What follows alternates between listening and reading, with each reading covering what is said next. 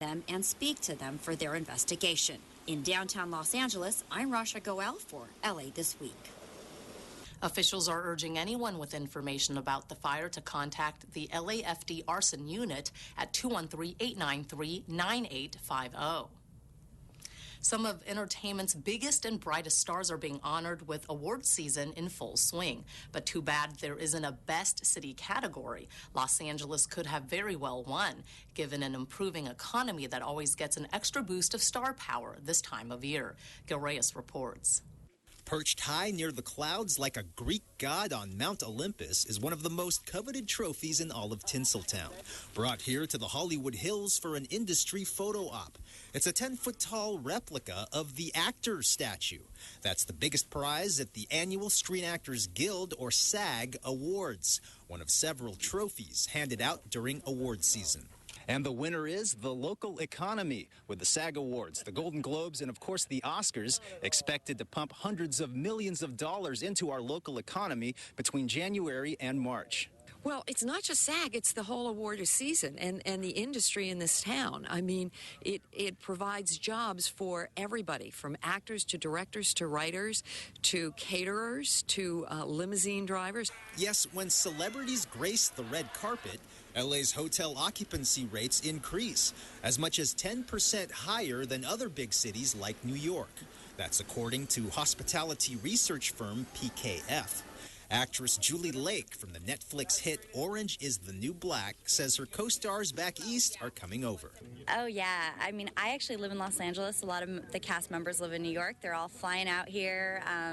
We're getting ready together. We're going to party together. Many visitors are also expected to pour money into local attractions like Universal Studios and Disneyland.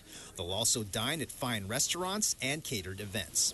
Research firm Micronomics says the Oscars alone generate $67 million annually for our region, roughly $2 million just from female wardrobe. LA's award season begins in winter, typically a slower period for local tourism, but even that's booming, with 4 straight years of record-breaking growth. Add to the mix California's new tax credit for film and TV production, and the future looks bright for Hollywood. We're very hopeful that we're going to continue to see a rise in production in Los Angeles based on the tax credits, and I think that is something very, very important for the entire state. Bringing industry jobs back where they belong. In Hollywood, Gil Reyes for LA This Week. The Academy Awards is also televised internationally, helping to attract tourists from around the globe. Last year, over 43 million people visited Los Angeles. That's an all-time high. Tensions have been high between the LAPD and the community as a result of the officer-involved shooting death of a black man last summer. That shooting has led protesters to voice their outrage outside LAPD headquarters on a regular basis. And recently, LAPD Chief Charlie Beck agreed to meet with them. Yana Kay has more. Black lives ain't matter. Black lives. Community activists gathered once again at LAPD headquarters to demand justice for Ezell Ford, a 25-year-old unarmed black man who was shot and killed in August by 2 LAPD officers. Though Police Chief Charlie Beck did not attend this news conference, he did meet with some of the protesters prior to this gathering to talk about their concerns, including disciplinary action they want taken against the 2 officers involved in the shooting death of Ford. We're going to join other folks across the country in demanding that Black Lives Matter. That no matter what you say about your bureaucratic process, the outcomes have been very toxic in our communities. The protesters say they want Beck to fire the 2 officers, but the chief said taking action now would be overstepping the bounds. But activists say they will continue to stand up for Ford and their beliefs. Unless we create pressure and continue to elevate our voices and make our voices heard and come down here to occupy LAPD, which will stand until our demands are met. Unless we do that, then they're going to continue to trample on our very humanity. Meanwhile, another activist said that during the meeting, they were able to come to an agreement with LAPD to improve how officers interact and engage with the black community. We have an agreement from Chief Pasinger to be in dialogue with us, to have officers not doing things that are that could be read as intimidation tactics. Ford's shooting death has sparked outrage in Los Angeles and nationwide, with hundreds of protesters taking to the streets demanding fair and equal treatment from law enforcement. I'm Yana Kay for LA This Week. The shooting incident is currently under review, and the 2 officers have been removed from field duty. And during this time of strained relations between LAPD and the community, residents, police, and city leaders have come together to honor the life and legacy of Martin Luther King Jr. Rasha Goel takes us to the Kingdom Day celebration in South LA. It was a beautiful day to celebrate the 30th annual Kingdom Day Parade, honoring the legacy of civil rights beacon Dr. Martin Luther King Jr. The parade took place in the 8th District with thousands of participants and spectators taking to the streets in the Crenshaw District. It's a very special day for not only myself, but this whole entire community in this country because of the issues of what Martin Luther King stood for and the fact that he crossed every segment of society, culture, economic base, and also the activism base. While celebrating the birthday of this historic icon, LA City officials also remembered the work that still lies ahead, especially at a time where there has been racial tension between law enforcement and the community. Law enforcement depends on its community to be effective. Law enforcement depends on its community to receive guidance, and it's so important that we do things like today to do that. It's a great day not just for Dr. King's legacy, but to remember we have to continue that legacy, raise the minimum wage, house the homeless, make sure that we don't have young people of color dying in our streets. The parade included an entry from Metro, a replica of the bus Rosa Parks was riding in when she was arrested for refusing to give her seat to a white rider in Montgomery, Alabama in 1955. The entry highlights transit's role in the civil rights movement and marks the 60th anniversary of Parks' arrest and bus boycott. It's good for the community. We came such a long way. It's good to see people united and sticking together, on one accord. The celebrations continued at the end of the parade with the 12th annual Kingdom Day Festival, an esteemed 8th District tradition formerly known as the Gospel Fest. Martin Luther King Day to me means unity, one love, one family, living the dream. A thought that perhaps resonates not just with this community, but with all Angelenos. I'm Rasha Goel for LA This Week. This celebration was also a memorable one for Councilmember Bernard Parks, as it was the final Kingdom Day Festival and Parade he will have participated in as a council member. The Dr. Martin Luther King holiday also gave volunteers a chance to help underserved areas on what's usually a day off. As Gil Reyes shows us, people rolled up their sleeves and gladly got to work in the name of public service. In the spirit of civil rights leader Dr. Martin Luther King Jr., volunteers from different backgrounds and of various colors united with paint. Together, they beautified 2 high schools south of downtown, Santee Education Complex and its connecting campus, Frida Kahlo Continuation School. To try to help the community. So we're painting some murals and hopefully trying to make this school a bit better for the kids to go to it. These improvements all taking place on Dr. Martin Luther King Day, a day set aside by then President Ronald Reagan as a federal holiday in 1983. In 1994, Congress declared it a national day of service, prompting community cleanups like this one all across the nation. Dr. King's message of equality and service resonates on campus today, where most of the students are low income. Though test scores have improved in recent years, graduation rates at both schools have been traditionally low. Volunteers from the group LA Works hope that by sprucing up campuses, students will feel more enthusiastic about coming here.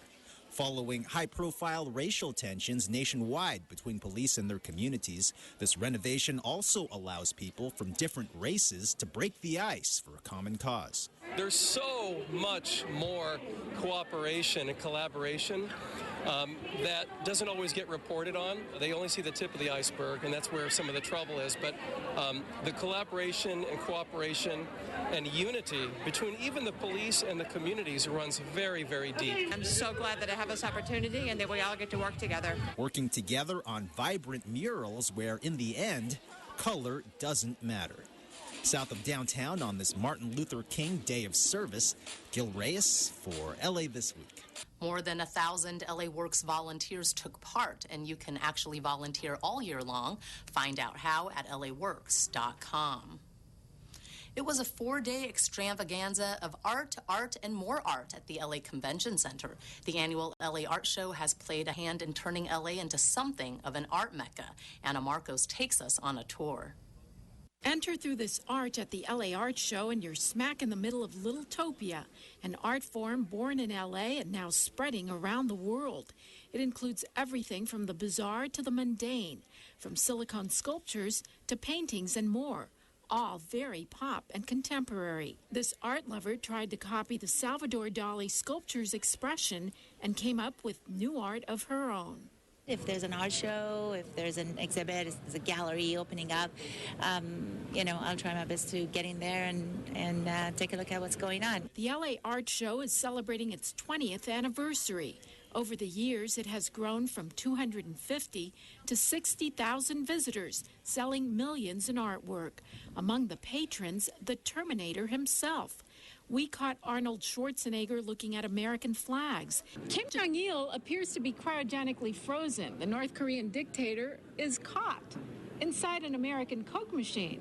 Now that's irony. The show features special exhibits from countries like Cuba.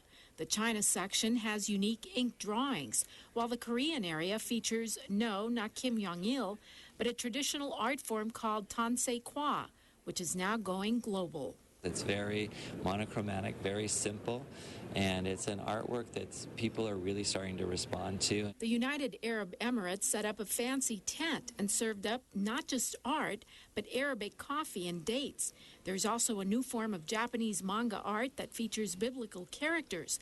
There's lollipop art and a sedate picture of the Last Supper, until you look closer and find unsavory characters dining with Jesus. The theme, unconditional love. All in all, a saucy look at art and culture, and it's put LA on the art map. I'm Anna Marcos for LA This Week. The exhibit featured 20,000 different pieces of art. And in This Week in Tweets, a lot of people went on social media to share photos and thoughts about the LA Art Show at the Convention Center.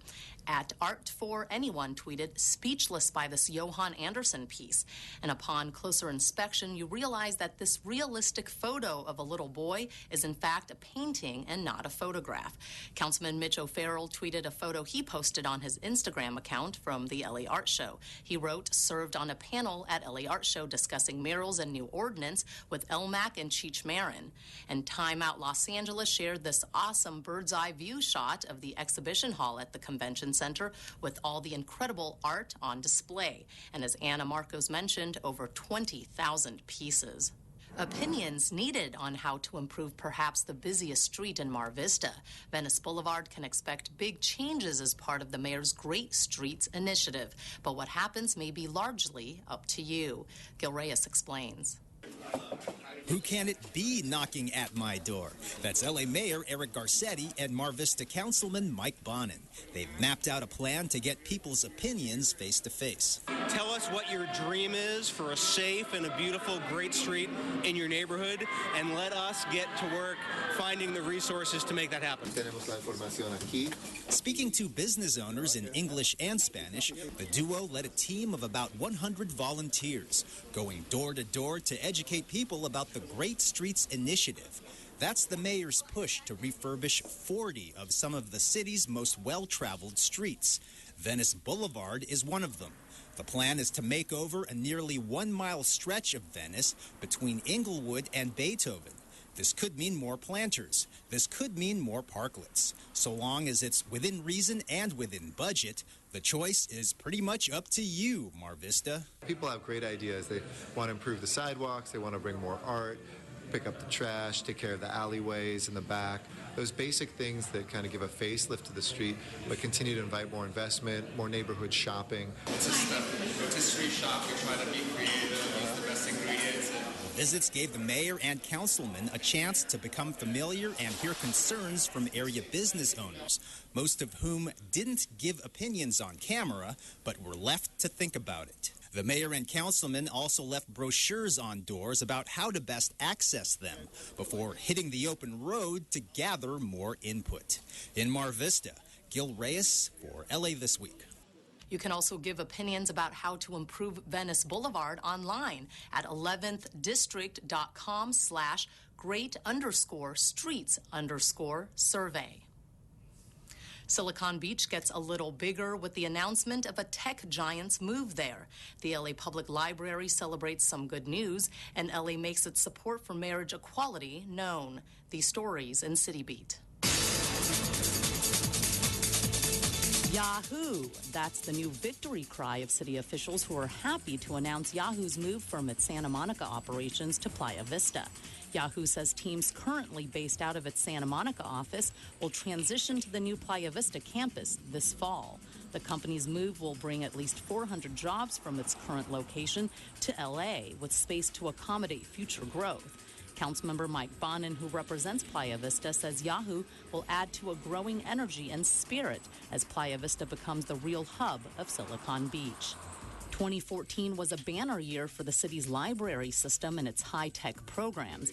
Mayor Eric Garcetti announced that the Los Angeles Public Library lent a record amount of e-media in 2014, demonstrating that the city's efforts to keep up with technology are well received by Angelenos.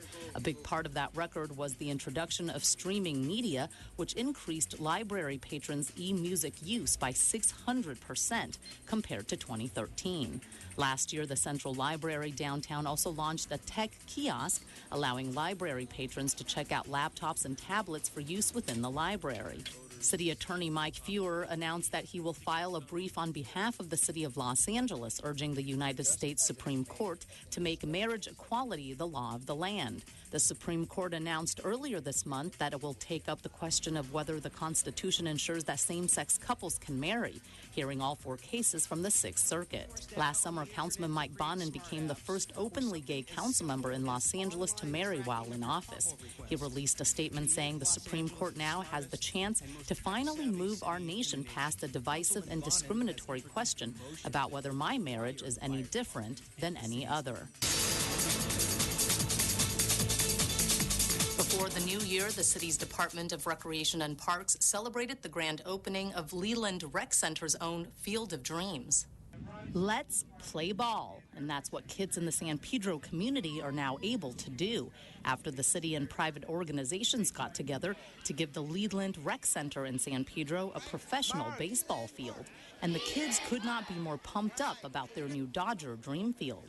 Give me a D. D. O. D. D. G. And E-R-S. E-R-S. What's that spell? What's that spell?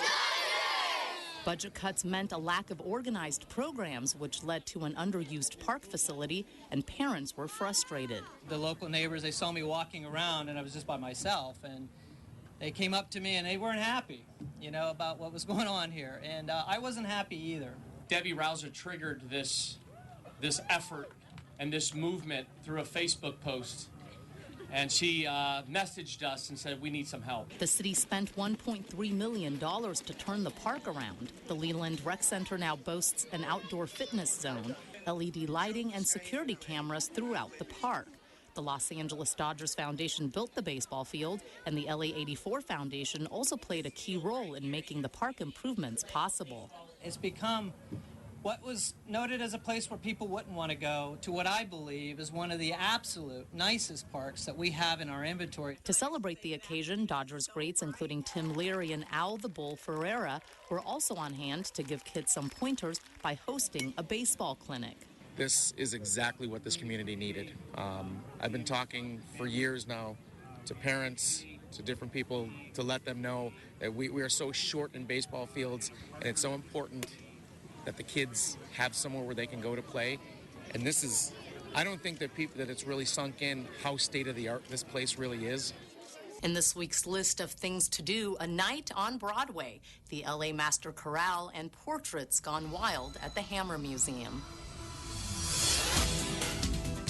If you don't have plans yet for Saturday the 31st, we've got you covered. Check out Night on Broadway from 5 to 10 p.m. on Broadway from 3rd to 11th Streets. The evening will feature multicultural entertainment programming in more than a half dozen of Broadway's historic theaters, open to the public especially for this event. It's all in celebration of the 7th anniversary of bringing back Broadway, a 10-year plan for Broadway's revitalization. An on-street festival area will feature booths and pop-up shops from downtown LA businesses, a vintage car show, and a family-friendly kids area. Go to nightonbroadway.la for all the details. The Los Angeles Master Chorale, in one of the most highly anticipated collaborations of the season, joins forces with the renowned period instrument ensemble Musica Angelica Baroque Orchestra and the acclaimed Los Angeles Children's Chorus to present two historically informed performances of Bach's towering masterwork, St. Matthew Passion, on Saturday and Sunday, January 31st and February 1st. Both concerts will take place at the Disney Concert Hall, with the Saturday show at 2 p.m. and Sundays at 7 p.m. The Disney Concert Hall is at 111 South Grand Avenue, downtown. Go to lamc.org for tickets and other information. Art is something that's alive, something that you can interact with. That's the idea behind the Hammer Museum's Portraits Gone Wild event on Sunday, February 1st from 11 a.m. to 1 p.m. It's part of the Hammer Kids Close Encounters program that encourages families to get up close and personal with art, experiment, and create together. During the Portraits Gone Wild event, discover how still portraits can come alive and how images can appear to move when viewed at different angles. You can strike a pose and snap a unique family photo with artist Todd Pleasance. The Hammer Museum is at 10899 Wilshire Boulevard. All Hammer public programs are free. Go to hammer.ucla.edu. And that's a look at some upcoming things to do. He was a beloved television legend who traveled across California, highlighting some of the Golden State's greatest treasures. And even though he passed 2 years ago, his memory lives on. Yana Kay reports. California, here I come, right back where I started from. Over a golden sunset atop of the Griffith Park Observatory, fans of the late television host Huell Howser came together to remember and honor a true California legend. He was the only person that I can think of that when he said gold, you felt rich all over. California's Gold is... Howser served as the longtime host of California's Gold, a public television show on offbeat places and people of California. His engaging and charming personality made him one of the most unique figures on television. And the beautiful thing about Huell Howser, he would listen to people, and they would just tell their stories. Howser, who also produced many other lifestyle shows, passed away in 2013, but his shows continue to air on PBS, and his many fans continue to watch. People should learn from him to not just visit places and take pictures, but touch things, ask questions, absorb the whole experience. We're here today because we love somebody so special as Huell Howser. So let's just take a moment of silence and think of the beauty of Huell, the love of California, and the love of people. A fitting tribute to a man whose legacy continues to shine a light on the Golden Coast. I'm Yana Kay for LA This Week. Fans of the late Elvis Presley gather in Hollywood for what was billed as his longest-running birthday celebration outside of Graceland. Gil Reyes reports on the Charity Bash. Well, I walked to a party at the county jail. I feel the band was there and they began to wail. The band was jumping and the show began to swing. Should have heard a knocked out jailbird say, let it ride. Yeah, let it ride. And everybody in the whole cell block was dancing to the jail high rise. This is a special night, special day, Elvis Presley Day in Los Angeles. And here at the historic Avalon Theater, the old palace, we're all going to get together and have a great night saluting Elvis, who would be 80 years old if he was still with us today.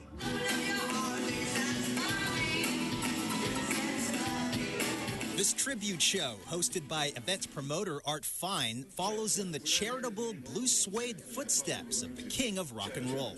Before he died in 1977, Elvis Presley performed several benefit concerts to help war veterans, needy kids, and tornado victims. So perhaps it's fitting that this gathering in Hollywood, where Elvis made so many of his films, gives back to the Hollywood Police Protective League, sister cities of LA, and shows a hunka burnin' love for the LA City Fire Department, which also gets a cut from the $20 ticket price.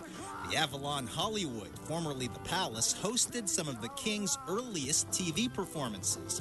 Former child star Barry Livingston from TV's My Three Sons remembers. He was working on a movie on the lot, and, you know, he was very nice to me. I asked if I wanted to go for a little spin around the lot. It was a real highlight of my life because I've always been an Elvis fan. A night of nostalgia with some 30 bands all paying homage to the King.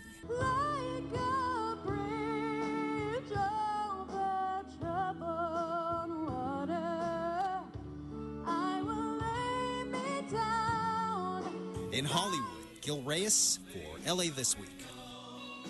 The Hollywood community has hosted their Elvis birthday bash for 28 straight years and counting. And that's going to do it for this edition. Thanks for joining us. I'm Ellen Chang. A reminder that you could catch us online at lacityview.org. You can also follow and like us on Facebook. We'll see you back here next week for more of LA This Week.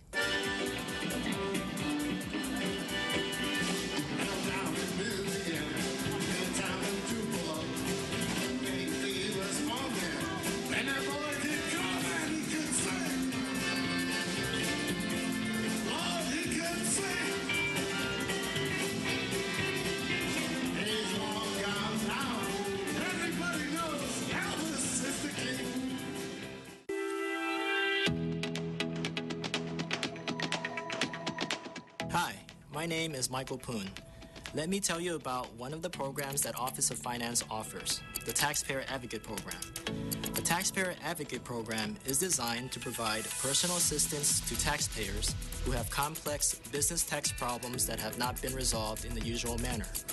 The Taxpayer Advocate is dedicated to researching and resolving issues and complaints from taxpayers after an exhaustive effort has been made to resolve them.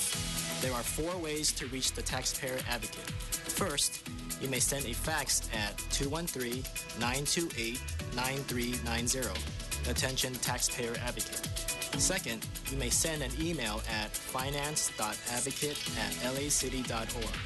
Third, you may send a letter through U.S. Mail at Office of Finance, 200 North Spring Street, Room 101, Los Angeles, California, 90012.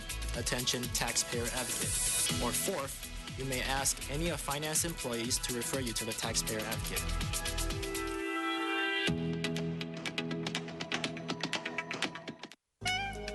Don't worry, Patty. This isn't going to hurt me one bit. Hi, I'm Dr. Eric Shapiro in beautiful Encino, and you're watching LA City View, Channel 35. Our city, our channel. Open wide.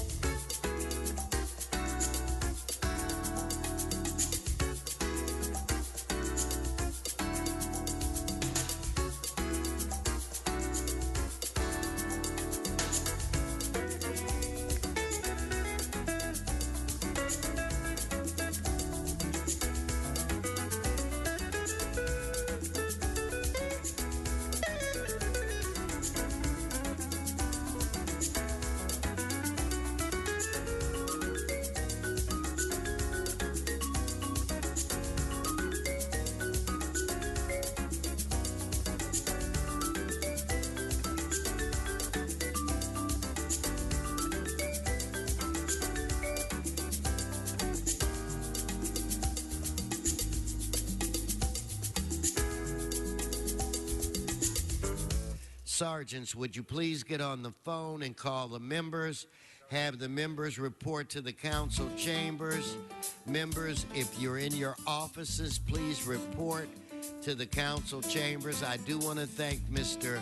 Weezar, Koretz, and Price for being today's members of the On Time Caucus, and Mr. Bonin. Mr. Bonin gets in right under the wire. So anyway, members, if you're in your offices, please report to the council chambers so that we can begin today's work.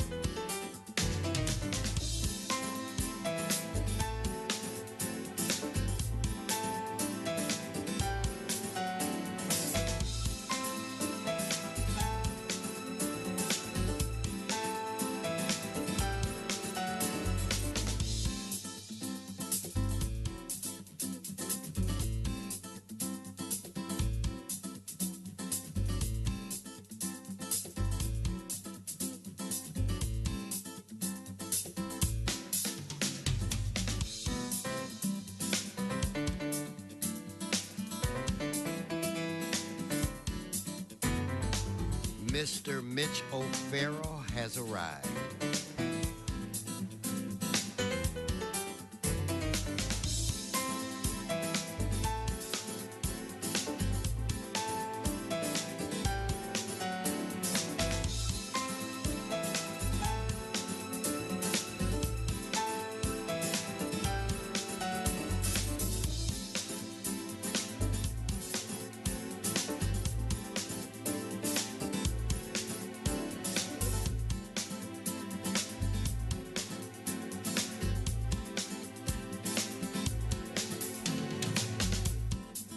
Mr. Bloomingfield has arrived.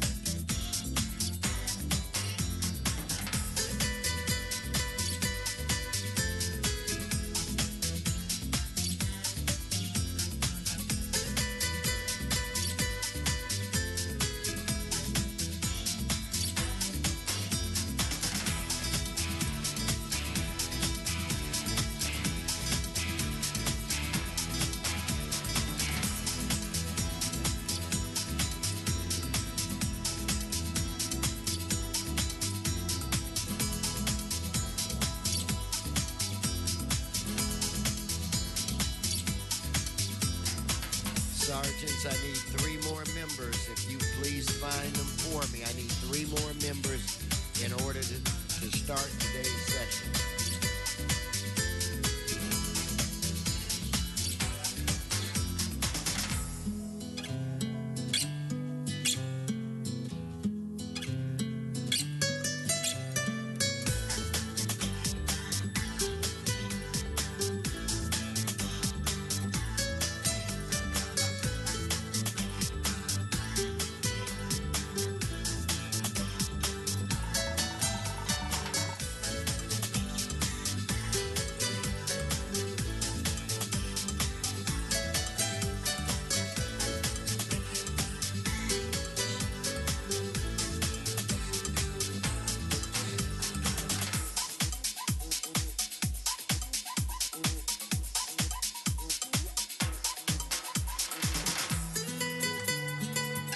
Mr. Tom LaBonge, the great member from the 4th District, has arrived. He's walking backwards.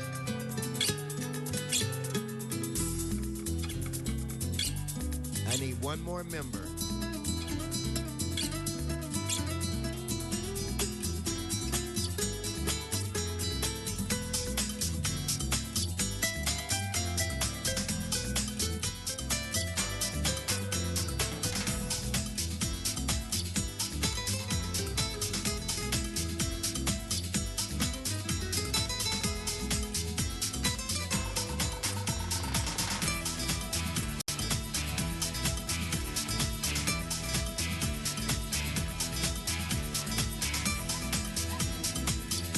Sergeants, I need one more member. Members, if you're in your offices, please report. We need one more member to start today.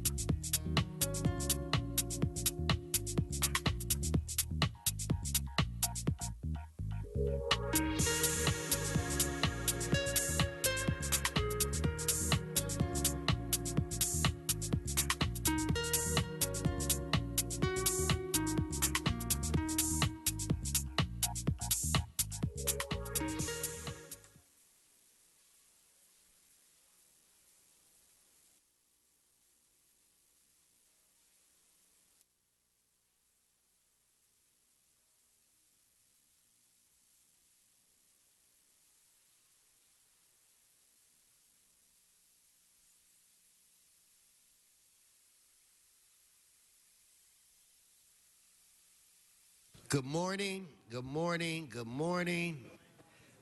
It is January 30th. I'd like to welcome you to your Los Angeles City Council meeting. This council meets every Tuesday, Wednesday, and Friday at 10 a.m. Mr. Clerk, I do believe we have a quorum. Mr. LaBonge has completed his address. So I think we can start today's business. Please call a roll. Blumenfield, Bonham, Buscaino, Cedillo, Linder, Fuentes, Suizar, Carrasco, Correa, LaBonge, Martinez, O'Farrell, Parks, Price, Wesson. 10 members present and a quorum, Mr. President. Thank you. First order of business. Approval of the minutes. Okay, Blumenfield moves, Bonin seconds. Next. Commendatory resolutions for approval. Huizar moves and Buscaino seconds. Mr. President, there is a request from the Department of Building and Safety to continue item 1B to February 17. Without objection, that will be the order. Very good, sir. Item 1 is an item noticed for public hearing. We do have cards. Okay, let's move on to the next item. Very good, sir. Items 2 and 3 are items for which public hearings have been held. A committee report for item 3 is in, but we should hold that matter on the desk until such time as it has been circulated. So we'll lay that on the desk. Why don't we take up 2?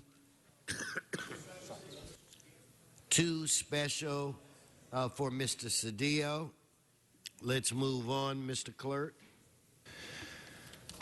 Very good, sir. That brings us to items 4 through 7. There are items for which public hearings have not been held. 10 votes are required for consideration. Okay, so without objection, those items are now before this body. Hold, Mr. Clerk. Mr. Buscaino? Thank you, Mr. President. Can we send item 3 forthwith, please? We haven't had a chance to vote on it. We're waiting on an amendment, is it, Mr. Clerk? It's a committee report to be circulated, sir. Roger that. So as soon as it gets here, that'll be the order. Okay, so we have items 4 through 7 are now before this body. Do you have cards? Yes, sir. Cards on all items, sir. Okay.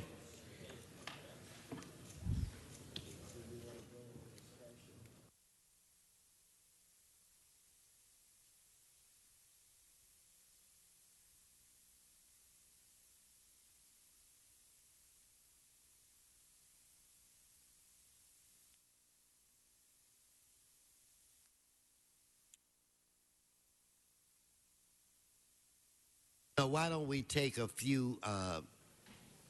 few items at this time before we go into our presentation portion. We'll start out with item 1. Mr. Walsh.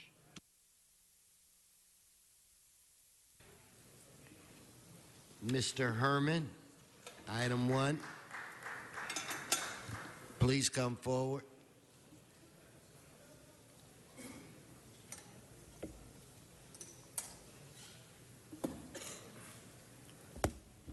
John Walsh, blogging at HollywoodHighlands.org, or J. Walsh Confidential, tweeting at Hollywood Dems. These are hearing, protests, and appeals, building and safety. They have one is for $1,481. As you know, the rules here in this city, the racist rules are they only fine people east of La Brea, where the minorities live. If you live and you're Jewish like me and west of La Brea, you never get fined. I'm still waiting for some west of La Brea fines because they have no interest over there. You can do anything you damn want to. They're only interested in harassing minority people up here because it's an all-white jury. HollywoodHighlands.org. Okay, Mr. Herman.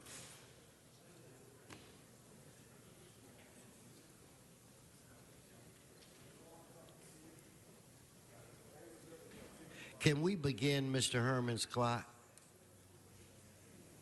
Very rude on your part, Mr. No, I called your name. You should come to the... Mr. Speaker, the time usually starts when you begin to speak. You are not on the subject. Stay on the subject. Liens, as I brought up before, regarding CD8, Mr. Parks, a public official at 10715 South Western Avenue, for a measly lien of $1,481.26. It continued, as you've done in the past with many of your constituents who you don't offer any parking arrangements. But let me continue.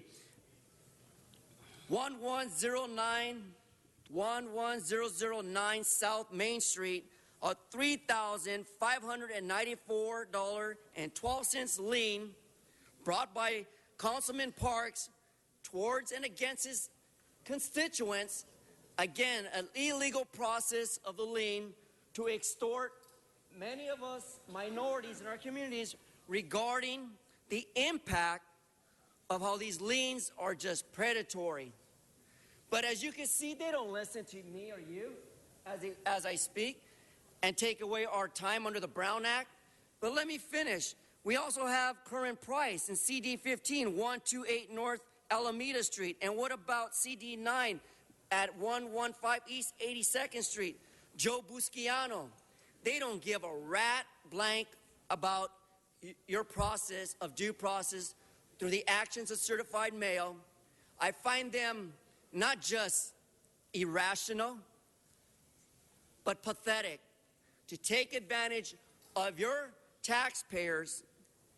And on a different note, I say to you, when Mr. Krorian sits down, vote for Eric Preverin. Okay, his time is expired. He's disrupting the meeting. If you do that again, you will not be, I will not call you to speak again. You have to stay on the topic or you're disrupting the meeting. Let's prepare to vote on that item. Let's open the roll, close the roll, tabulate the vote. 11 ayes.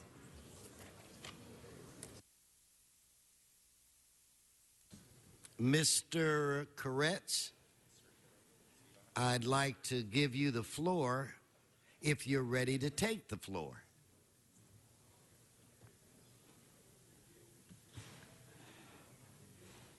Hello, Ace. Good to see you guys.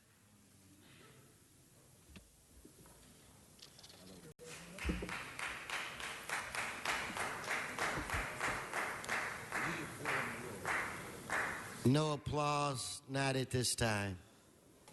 Let's let Mr. Koretz and Mr. O'Farrell and Mr. Labange set up for their presentation. Well, thank you, Mr. President and colleagues. Today we want to commend the Junior League of Los Angeles and its commitment to family literacy. Today we're joined by women of the Los Angeles Junior League and Eva Mittick, who heads Children's Services for the LA Public Library. Literacy skills are the fundamental foundation of an individual's ability to learn, comprehend, and communicate in society. And according to the U.S. Department of Education, literacy rates in Los Angeles are the second lowest in the nation. The Junior League of Los Angeles is committed to change that. They're committed to increasing literacy rates in Los Angeles and throughout the state of California by focusing on enriching and encouraging family and caregiver involvement. The Junior League has expanded its initiatives on literacy, including training and advocacy efforts with a focus on supporting the parent or primary caregiver, thereby strengthening the entire family unit.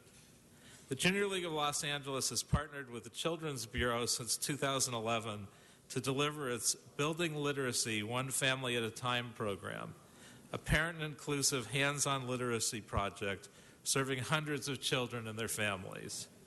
The Junior League has partnered with the LA Public Library and literacy organizations, including Read for the Record, Jumpstart, Reading to Kids, Families in Schools, Bookends, and Reading is Fundamental, to provide parent and caregiver trainings and hands-on literacy events for children and their families.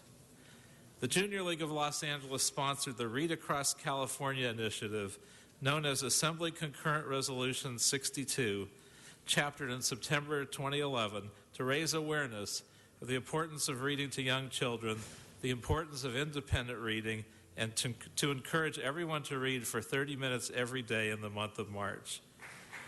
The Junior League of Los Angeles will partner with several community organizations, including MEND, Children's Institute, Holly Grove, OLA, Mar Vista Family Center, and West Sides Children's Center to host family literacy events throughout the city in the spring in order to raise awareness and encourage parent engagement in their children's reading skills.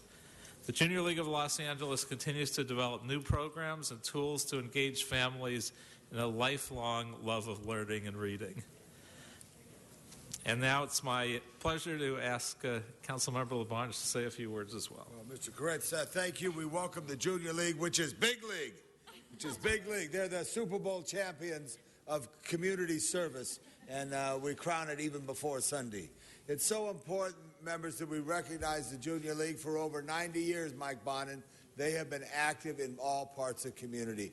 And also, as they have their headquarters on Larchmont Village in the heart of the 4th District, I always feel impressed when I know that people from the district that I represent are in neighborhoods throughout the city doing very special things for people in need. So I wanted to salute you, Mr.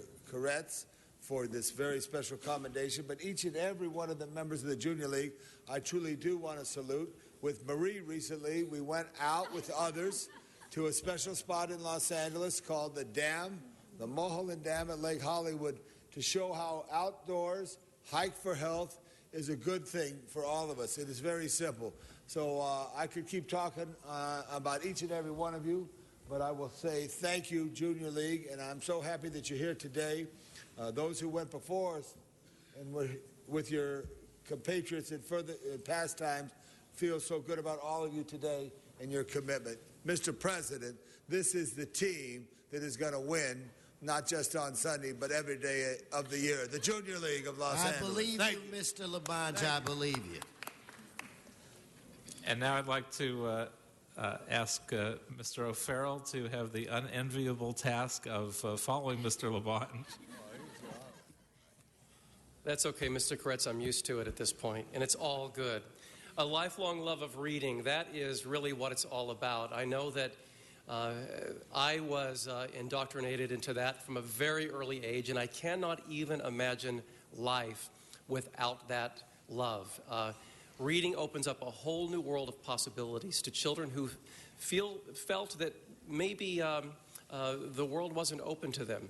So I really want to just thank Mr. Koretz for bringing the Junior League to be honored today and really acknowledge their committed efforts to create a more literate Los Angeles. There is nothing more important in all of society. Their work in giving families the help and resources they need to overcome illiteracy and succeed in life benefits all of us and makes all of society better. I recently attended the Los Angeles Public Library 30th anniversary of the adult literacy program, and I'm happy that the LA Public Library is partnering in the efforts here. On March 25th, we'll be celebrating the Big Read program, which will highlight a piece of literature to help encourage children, families the importance and the fun of reading. And here's the book. This is the piece of literature that we are going to talk about, celebrate, read together. And it's called just a second, Tom. It's called Into the Beautiful North, written by Luis Alberto Urrea. And here's what is said about this book. Colorful, memorable characters prepare for and embark on a journey of immense significance. Into the Beautiful North is just such a novel. If everything isn't happy at the end of this tale, there is still enough joy and delight. That's what reading is all about, joy and delight. So I encourage everyone to pick up a copy of Into the Beautiful North, and we can all talk about this in late March. So thank you again, and congratulations, Junior League of Los Angeles. Thank you, Mitch. And now I'd like to ask Eva Middick, who heads Children's Services at our LA Public Library, to speak a little bit as well. Please welcome. Thank you so much. Good morning. As the Director of Children's Services, those presentations really warmed my heart. Reading is so important. A thriving democratic nation depends on literate and informed citizens and residents, and so libraries have always had an important role and responsibility in this country. We've been in the business of providing free access to information, ideas, skills, and knowledge for over 100 years. Reading and writing are basic skills that are more crucial than ever, but as our world becomes more complicated, so too does the library's role. Here are some of the ways the LA Public Library is helping to support literacy in this country with our 72 branches and central library. Councilmember O'Farrell mentioned our adult literacy program, 30 years of teaching adults to read and teaching parents how to read to their kids. We have 600 volunteer tutors teaching 900 students. We would love a few more tutors. They're all volunteers. The library's groundbreaking partnership with Career Online High School has made us the first public library in the nation to offer free online high school degrees. Launched in March 2014, 63 students are currently enrolled and 4 students have graduated. The Money Matters initiative promotes financial literacy with a variety of free small business workshops in collaboration with the Mayor's Office of Economic Development and also the Business Resource Centers. The Citizenship Initiative is an award-winning collaboration between the library and the U.S. Citizenship and Immigration Services Department, provides resources for immigrants who wish to become American citizens. We guide them along every step of the way. Our Health Matters initiative delivers free health-related events and services in partnership with several organizations and agencies to some of our neediest communities. These services include Covered California enrollment events, flu shot clinics, and even meditation and yoga classes, all free. Now, of course, creating a literate city means starting very early and working with our very youngest residents and their parents. With the We Read Together initiative, the library works on several fronts to make sure that all children start school ready to learn to read. We have story times. We have amazing collections of books that anyone can check out in a variety of languages. Trained volunteers read with children one-on-one with our storytelling and reading program, STAR. Boosts their reading confidence and their love of learning. And with our new Learn and Play program called LAP, bilingual librarians leave the library and go out into the community to give parents the skills, confidence, and tools they need to get their young children school ready.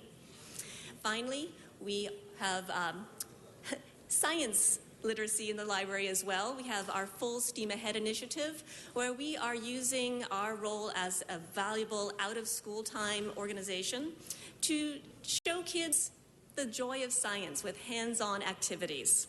They learn how to build robots, how to code. They learn about circuitry, all for free in our libraries throughout the city. Now, I do want to mention our volunteers and partners who add so much value to all these programs. In April 2014, the library presented a $4 million check to City Council to symbolically represent the value of our 172,915 volunteer hours.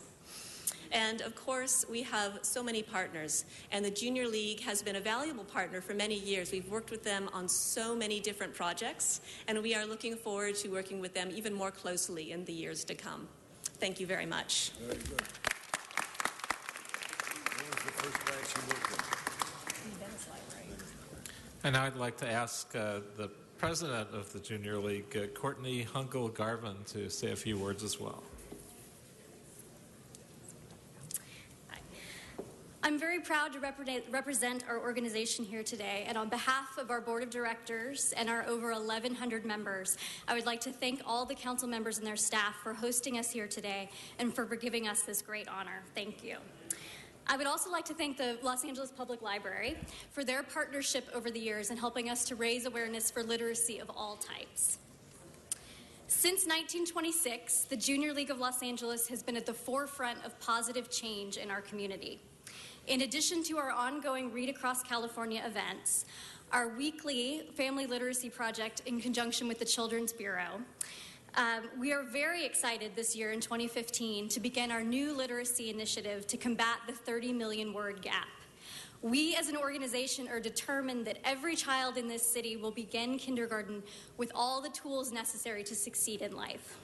So I thank you for having us here today, and we look forward to another 89 years of serving the community and to partnering with all of you to make Los Angeles a better place. Thank you. Courtney.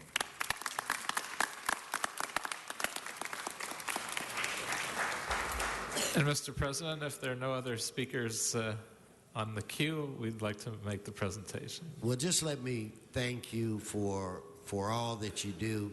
And there are some of us in this room that when we grew up, we only had 3 stations on television. So the library and reading were so important to us.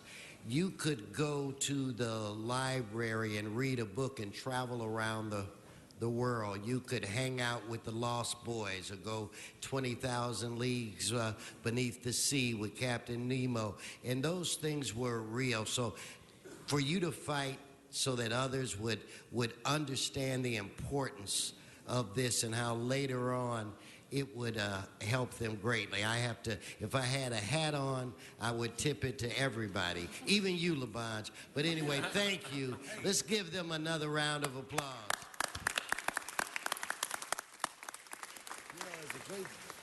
And now I'd like to present a certificate on behalf of the city to representatives of the Junior League.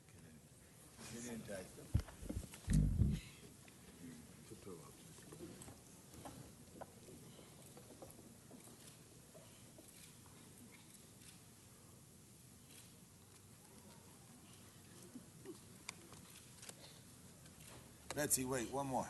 Library card. And a book. Yes.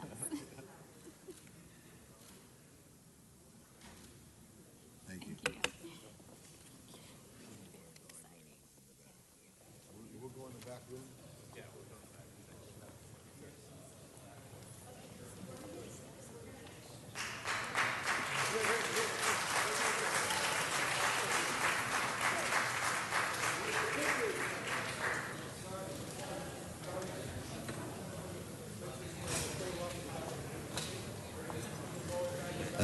Again, thank you, Mr. Koretz. Mr. Clerk, I understand that the committee report has been circulated for item 3. Yes, sir, that is correct. Okay, well, let's members prepare to vote on that. Let us open the roll, close the roll, and tabulate the vote. 13 ayes. Forthwith on that item.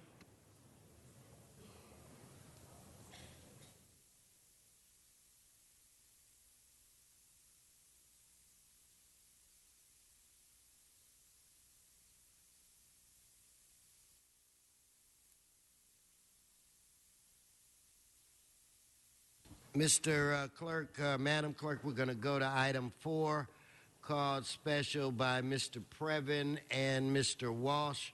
Item 4, please come forward.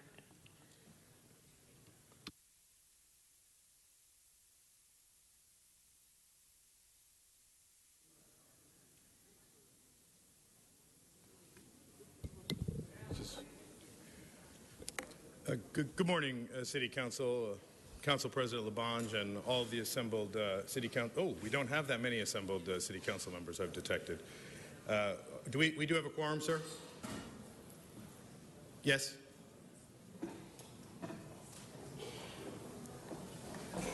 Okay, cool. This is in my district, CD2. I am Eric Previn, a resident from Studio City, and this is nearby where we live. It's on Fruitland, and it is a request, a very nice request for some vacation of property in an alley. And I'm not exactly sure why it's coming from 2 other council members and a different committee as opposed to from the CD2. I would ask, I tried earlier in the meeting to speak with my council district representatives about what's going on just to get an overview, because the item itself, which is a 1-page, very technical description, doesn't sort of put it in lay terms. And I think that it would be good to know. It sounds like it does not involve much of a cost, I will say, but I don't know that. It looks like the applicant did put down some kind of a deposit. Just clarity, it did not come up at our neighborhood council, and it has been, there's something called Rule 16, which permits, if I understand correctly, to bring it right to this body, who obviously will scrutinize it without any committee meeting. So that was why I was just curious. I'm tentatively in support. I'm just looking for information. Thank you. Thank you, sir. Mr. Walsh. John Walsh, blogging at HollywoodHighlands.org or J. Walsh Confidential, vacating alleys. Well, I'd like you to vacate the alley around the corner from me at Yucca and Argyle, but that would have upset the Mexican Mafia. And as you know, the Mexican Mafia He is runs not talking about this city. item. In fact, when someone who hates the Mexican Mafia Stay on the here, subject, Mr. Okay, Walsh. the subject is vacating alleys. And I'm telling you, the people here know, hey, we see alleys that should be vacated, and they aren't vacated. The alleys are vacated only when the property owner adjacent wants the property for $1. Until then, world, I want you to understand, come to L.A., check out the nearest alley, and you can buy heroin and cocaine at discount prices. HollywoodHighlands.org. Okay, let us prepare. No applause, Mr. Herman. No applause. Let's prepare to vote on this item. Let's open the roll, close the roll, tabulate the vote. 13 ayes. I'm going to do another item before we move into general public comment. I'm going to call Mr. Previn, Eric Previn, Mr. Walsh, and Mr. Herman. Item 5.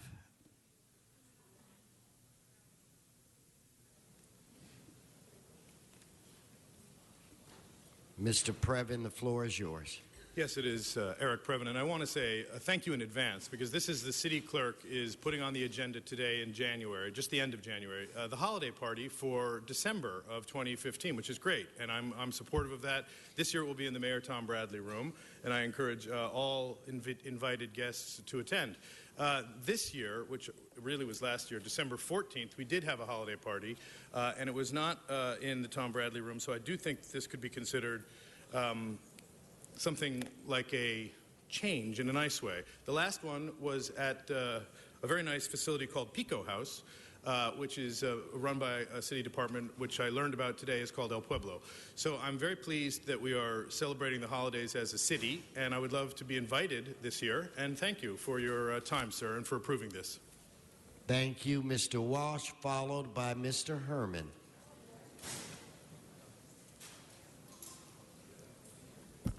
The city clerk is holding a private luncheon. You're not invited. Okay, and guess who picks up the tab? And I'm told it's going to be seafood. It's going to cost about, I'm told, $1,855. If not, show me the bill. It might be a good deal less. Hey, $1,855 here, there, it all adds up. And while they're eating the food in private in the Tom Bradley room, they'll be laughing at us. And they'll be eating, and I hope that they all throw it up. HollywoodHighlands.org. Throw up the meals that we're paying for. Mr. Herman.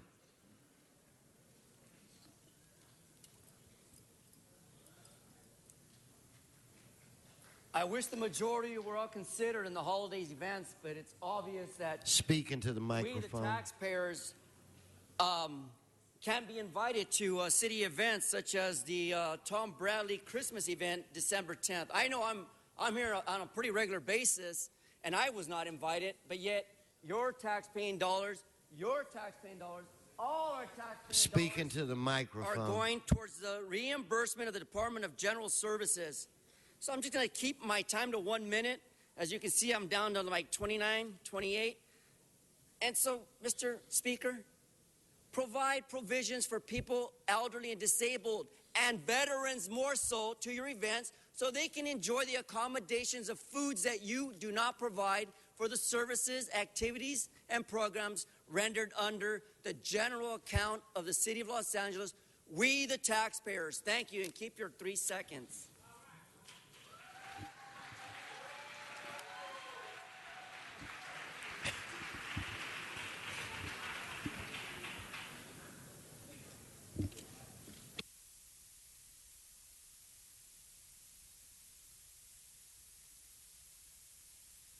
Okay, let's prepare to vote. Let us open the roll, close the roll, tabulate the vote. 13 ayes. Okay, now I'm going to switch and we'll do some general public comment cards at this time. And then we'll go back to today's agenda.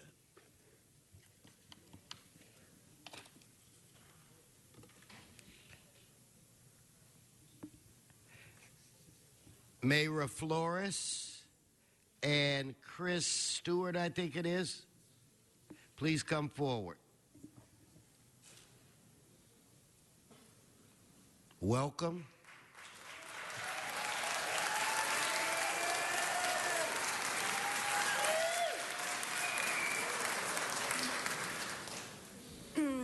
Hi, I'm here with, my name is Mayra Flores. I'm here with the 5 for 15 campaign in a union and with the Raise Wage Coalition. The reason I'm here is just to let you guys know that it's important to raise the minimum wage because in my situation, I work at McDonald's. I make the minimum wage, which is $9. I'm a single mother. I have a 5-year-old, and I've been at McDonald's for 10 years. 10 years, and I think $9, it's not enough to maintain my baby, to provide her necessaries. I struggle a lot through the whole month to either pay my rent or put food on the table. This is like why it's so important to raise the minimum wage to $15 to at least give her a decent life to my daughter and provide her a better future. And we need it. Thank you. Thank you. Mr. Stewart, Good afternoon. welcome. Hi. Good morning, council members. My name is Chris Stewart. I'm a manager of a restaurant in Highland Park, District Number 1, called Good Girl Dinette. We've placed pies in front of all your desks, apple pies, that we thought you should know that more hands have helped create this pie than you can imagine, from farmers markets, the people that work the fields, sell the fruit straight direct to us, our chefs, our cooks, it's from the servers. It all goes down the line, and if perhaps some of them made a higher wage, $15 an hour, perhaps the people who helped prepare the pies, get the pies in front of your desk, could actually afford a slice themselves.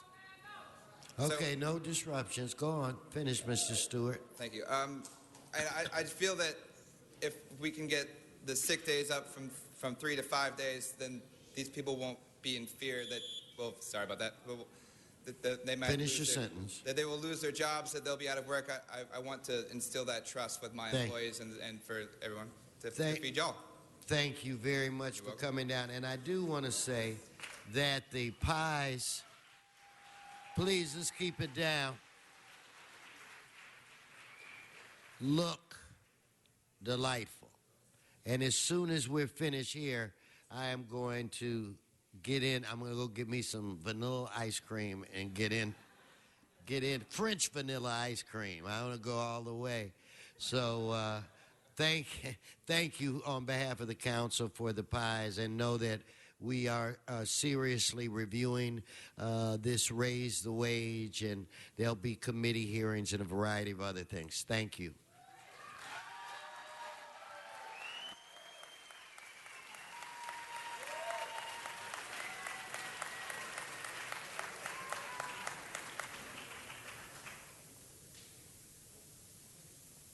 Okay, I want to go to Mr. Walsh. Mr. Walsh, could you come up?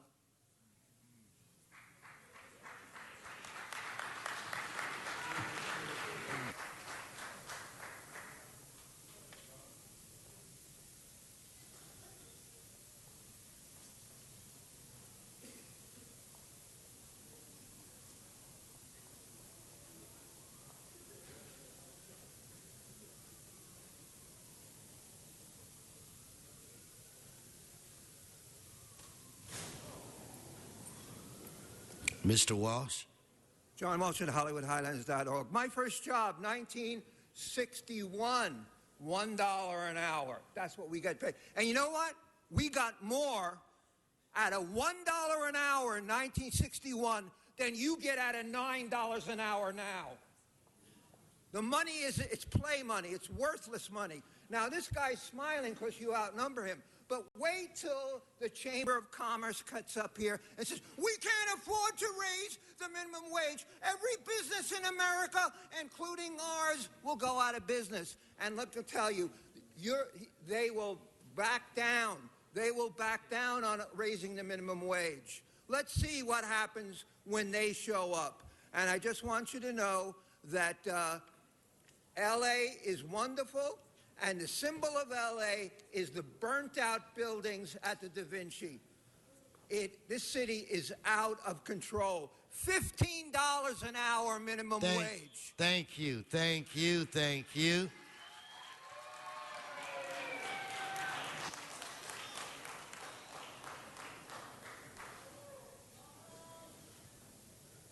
Okay, now we're going to go to item 6.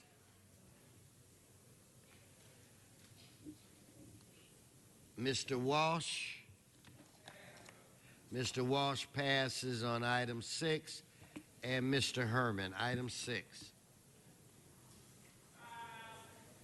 Mr. Herman passes as well. Let's prepare to vote on this item. Let us open the roll, close the roll, tabulate the vote. 13 ayes.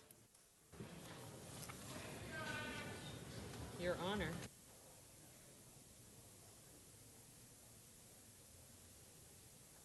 We'll go to item 7. Mr. Walsh. In fact, Mr. Walsh, why don't you just wait a second? We'll let the crowd get out.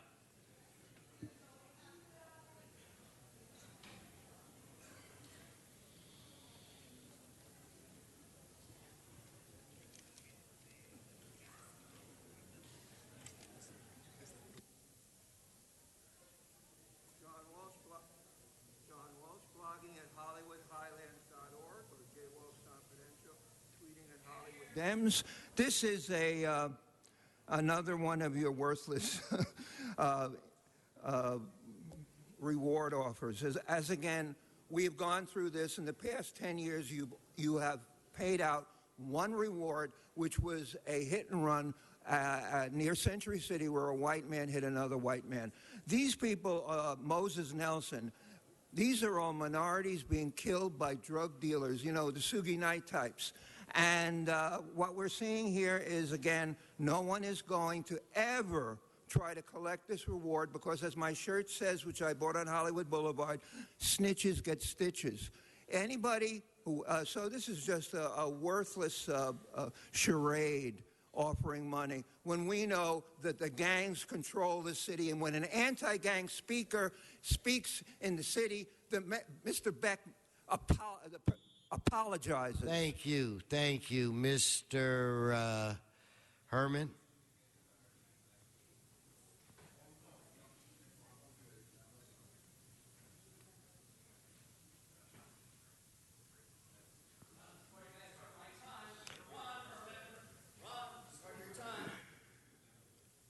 Talking about item 7 in regards to how government corruption has been throughout the city of Los Angeles, and unfortunately the crowds have left, but let's keep to the topic here regarding item 7. Mr. Price and Mr. Wesson, relative to offer the reward for information leading to the identification of snitches get stitches. Snitches get stitches. How appropriate is this at a time in the news when children now are being victimized by a process to identify and apprehend someone violating the law in the city of Los Angeles? Not that I'm saying that Mr. Knight is responsible for his action the other night, but the subject of the matter is, as long as the city of Los Angeles continues to offer rewards, we will have killings throughout the city of Los Angeles. You are not safe in Los Angeles. I got veterans who are on the street homeless, dying from the apprehension. Stay on the subject. Do you wish to interrupt me, sir? I wish to tell you the rules. Thank you. You're being very rude. Get off the subject one more time. You're disrupting. Mr. City Attorney, hold his time. He's disrupting this meeting again. So, okay. So, Mr. Herman, please find a seat. All right, we're going to vote on this. No, you've been warned too many times today. No, sergeants, have a conversation with him. He is again disrupting this council meeting, the people's meeting. Let us prepare to vote. Let us open the roll, close the roll, tabulate the vote. 13 ayes.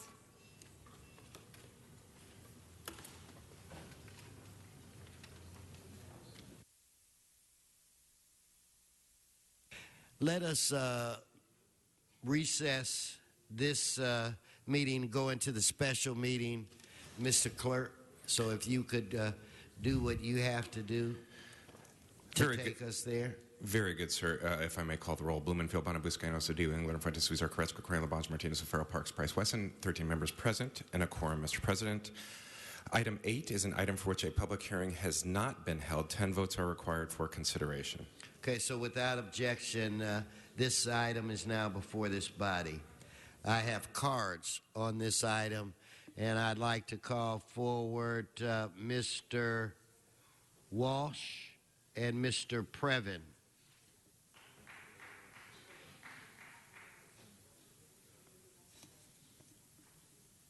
Followed by Mr. Herman.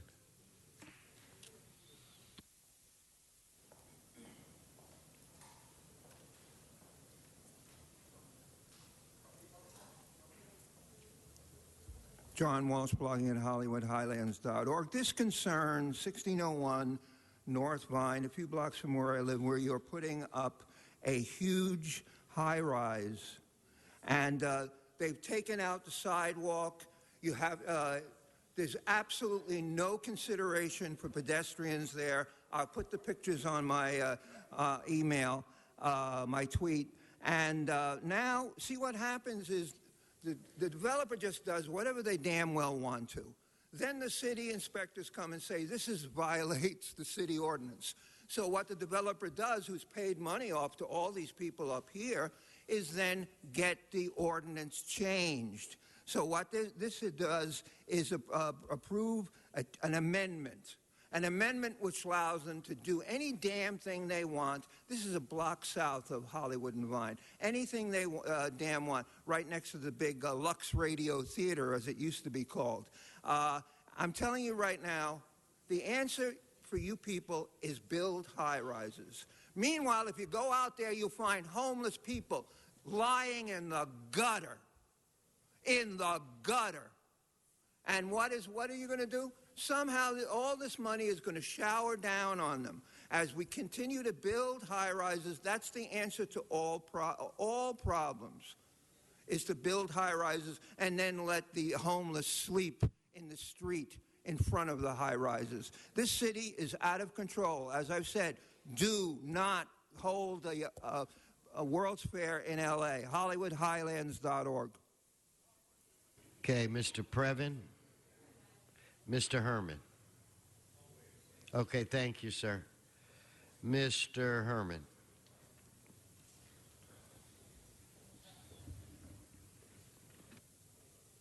(1601) to 1605 North Vine Street.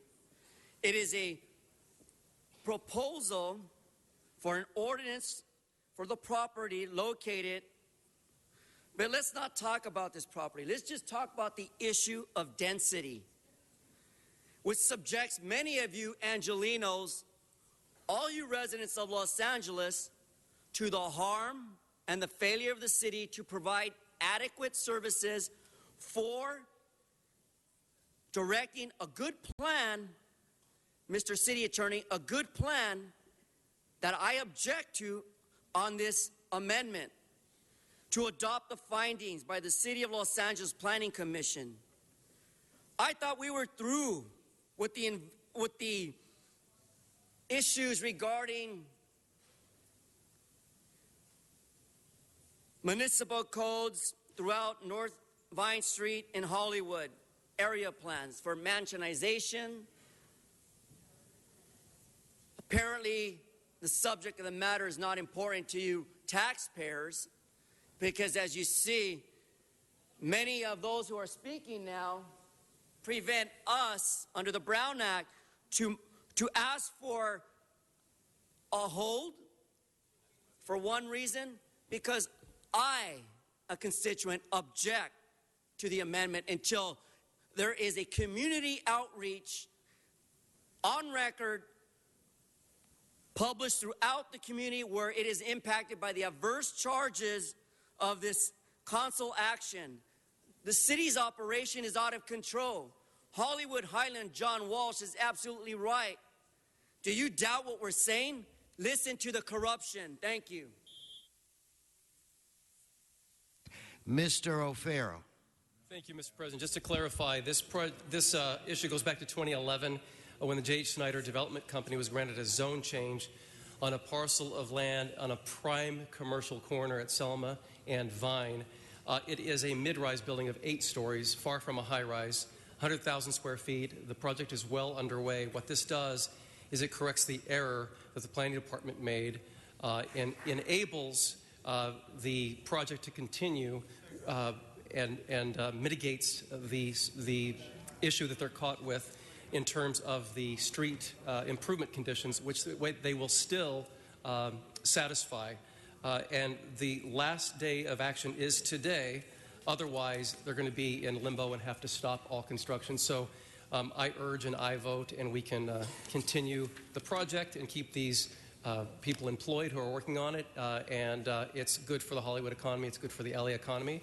And we need to get this project on the way and complete. So thank you. Thank you, sir. Let us prepare to vote on this item. Let's open the roll, close the roll, tabulate the vote. 12 ayes. Mr. Clerk, is this the only item, forthwith, is this the only item in the special? Yes, sir, it is. Do you wish to adjourn the special and return to the regular? Yes, I do. Very good, sir. So we will now go to item 2, Mr. Cedillo. Can we have the committee come up and give a report? Of course. If the committee, do we have representatives from the committee?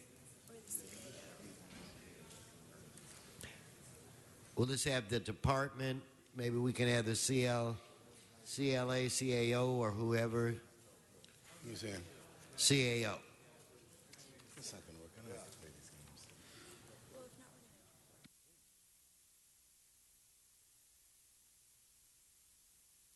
They're making their way down now, Mr. Cedillo.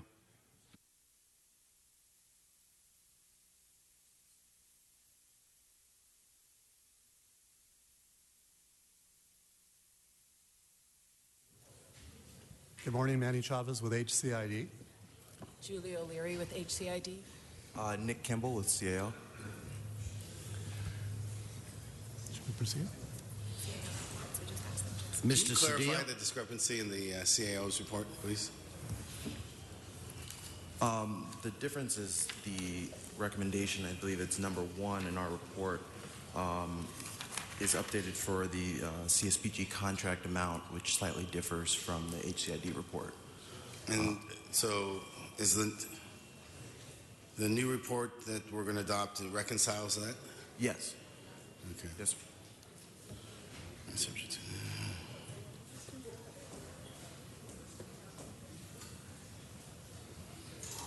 Okay. Thank you. I thank you.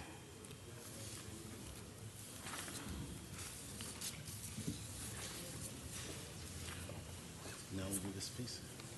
Yeah. So, Mr. Chair? Yes. There is a new CAO report that's been released and circulated this morning to be adopted. Okay. Thank you. Let's prepare. Mr. Clerk. Pardon me, sir. Yeah. It sounds as if they'd like to substitute the CAO report for the committee recommendation.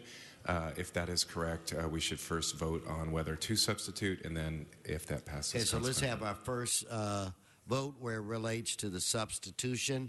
Let us open the roll, close the roll, and tabulate the vote. 12 ayes. Okay, now we'll actually vote on the item itself.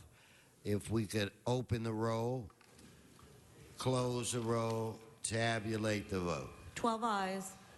And for clarification, sir, that's adopting the recommendations of the City Administrative Officer report dated this morning, January 30th.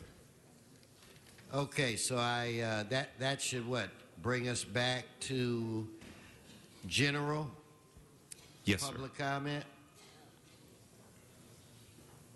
Kwasi, come on, I see you in the back. Come on up. Gabriel Ramirez, come on up, followed by Eric. Mr. Previn. Will you come up now, Kwasi? Actually, I'd like to speak after the Well, we got to roll now, folks, man. the You're- folks from the Kwasi, Jordan Downs area. You know, you're here, so go ahead. All right. My name is Kwasi Nkrumah. I'm the co-chair of the Martin Luther King Coalition of Greater Los Angeles. We're very concerned about the issue of housing and housing access here in the city of Los Angeles. I'm actually speaking in regard to the item number 3 here. There are some serious environmental issues in the Jordan Downs area. We certainly think they need to be mitigated in the interest of the people who currently live there.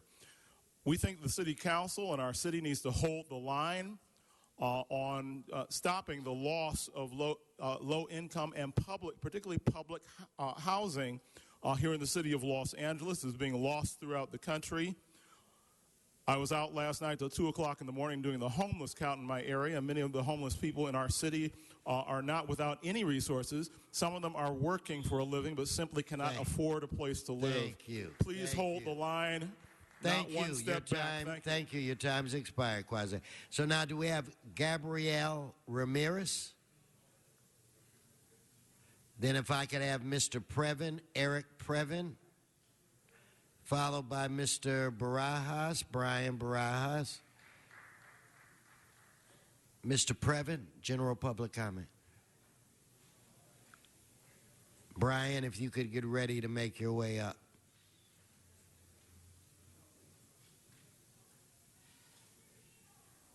Go right on. Go right ahead. Mr. Wesson, it is Eric Previn, a resident of Studio City, a taxpayer, and a longtime fan of your work.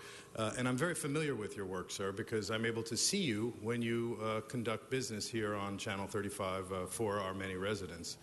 The problem is that when the folks who are seeking, as an example, a minimum wage that's higher, or when they come in to advocate for issues that are important to them, or advocate against issues that they feel are being mishandled, it is critical that they be visible. I just did a measurement, and the public appears about the size of one of your eyeglasses, sir, in comparison to the way you appear. And as I have said repeatedly, you look fantastic, sir. And oh, you see, I get a smile on that. But, sir, you said that there was some merit to this, and you mentioned that Mayor Garcetti did this some years ago in connection with a very specific issue. I urge you not to punish all of the members of your adoring public for the transgressions, if there was one, frankly, of one. I mean, it's not the American way, sir. And you are, if nothing, you are a great American. Thank you. Thank you. Okay, Mr. Brian?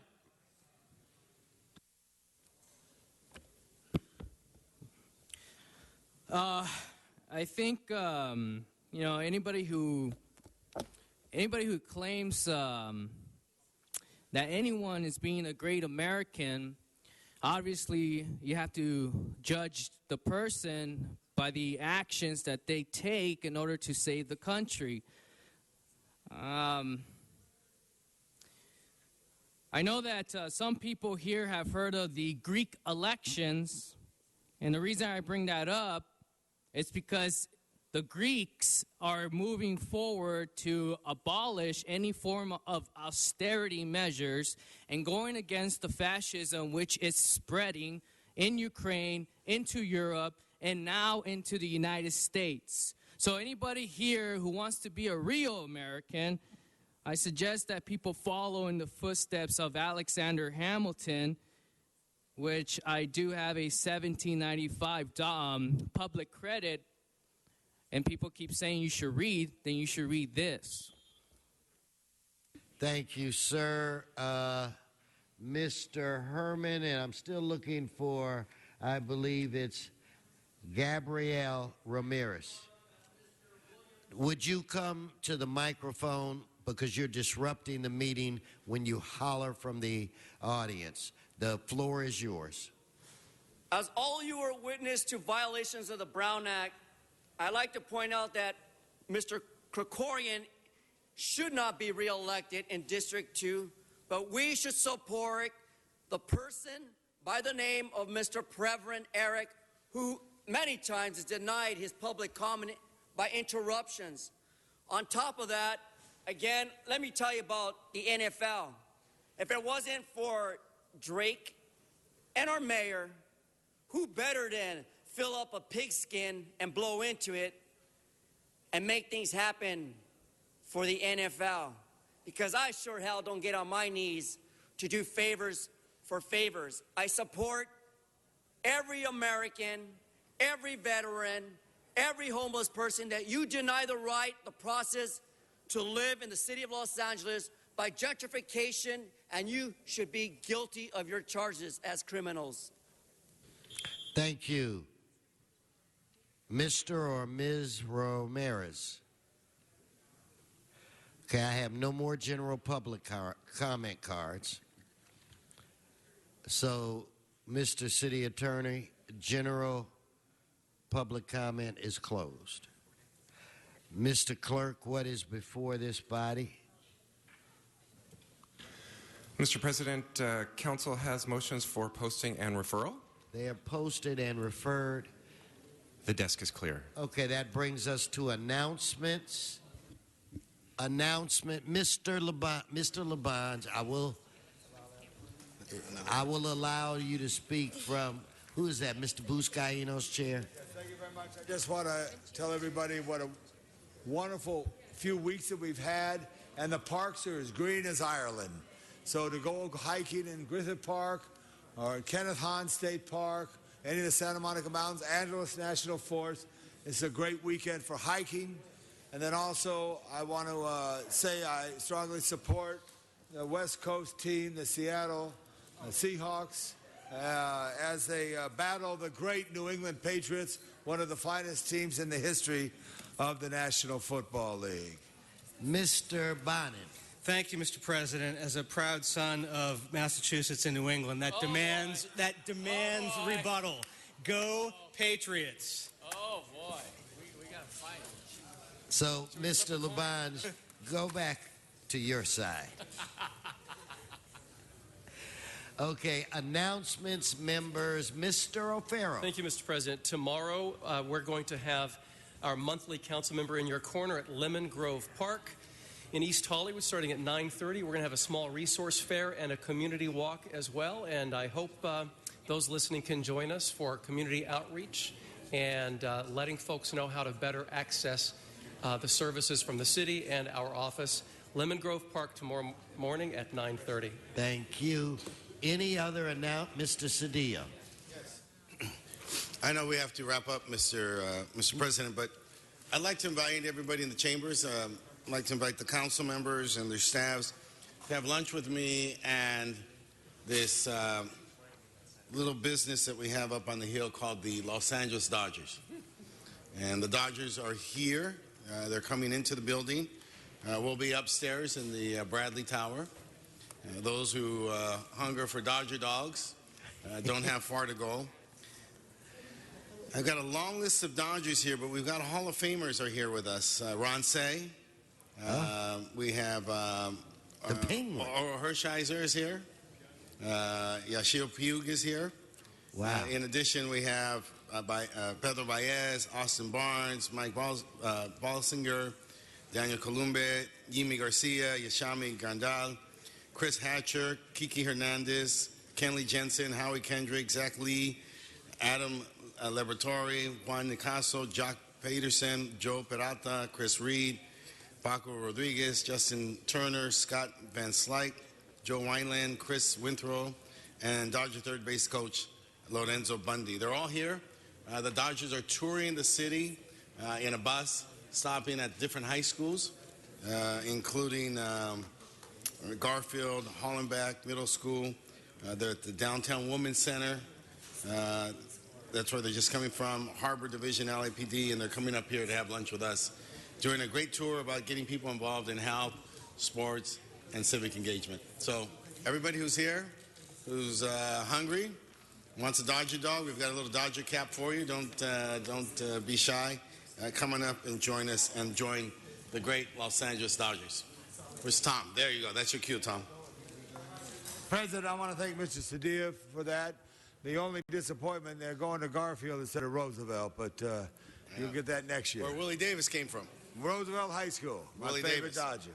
Dodger. And also we want to invite everybody to attend the Dodger Fan Fest this Saturday at the stadium. It starts at 10. It's free. It's open to the public.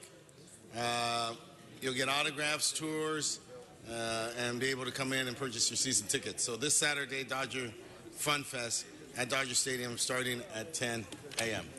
Thank you. Go Dodgers. Thank you. Mr. Cedillo, thank you for that. Members, and I'm sure some staff, Mr. Cedillo has offered a great lunch with some great athletes and individuals who really serve the community. So we salute the LA Dodgers, and Mr. Koretz is getting, can we put the camera on Mr. Koretz, who is the newest free agent? Camera on Mr. Koretz. See him? He is the newest free agent for the LA Dodgers. I got the hat. He is putting on his uniform. Mr. Kendrick better worry because Mr. Koretz is a scratch second baseman. So anyway, thank you. Oh, don't you throw that ball at me. Oh, don't you do that. Okay. With that said, could I request that everyone in the council chambers please rise? If all could rise, even our guests, we're getting ready to adjourn.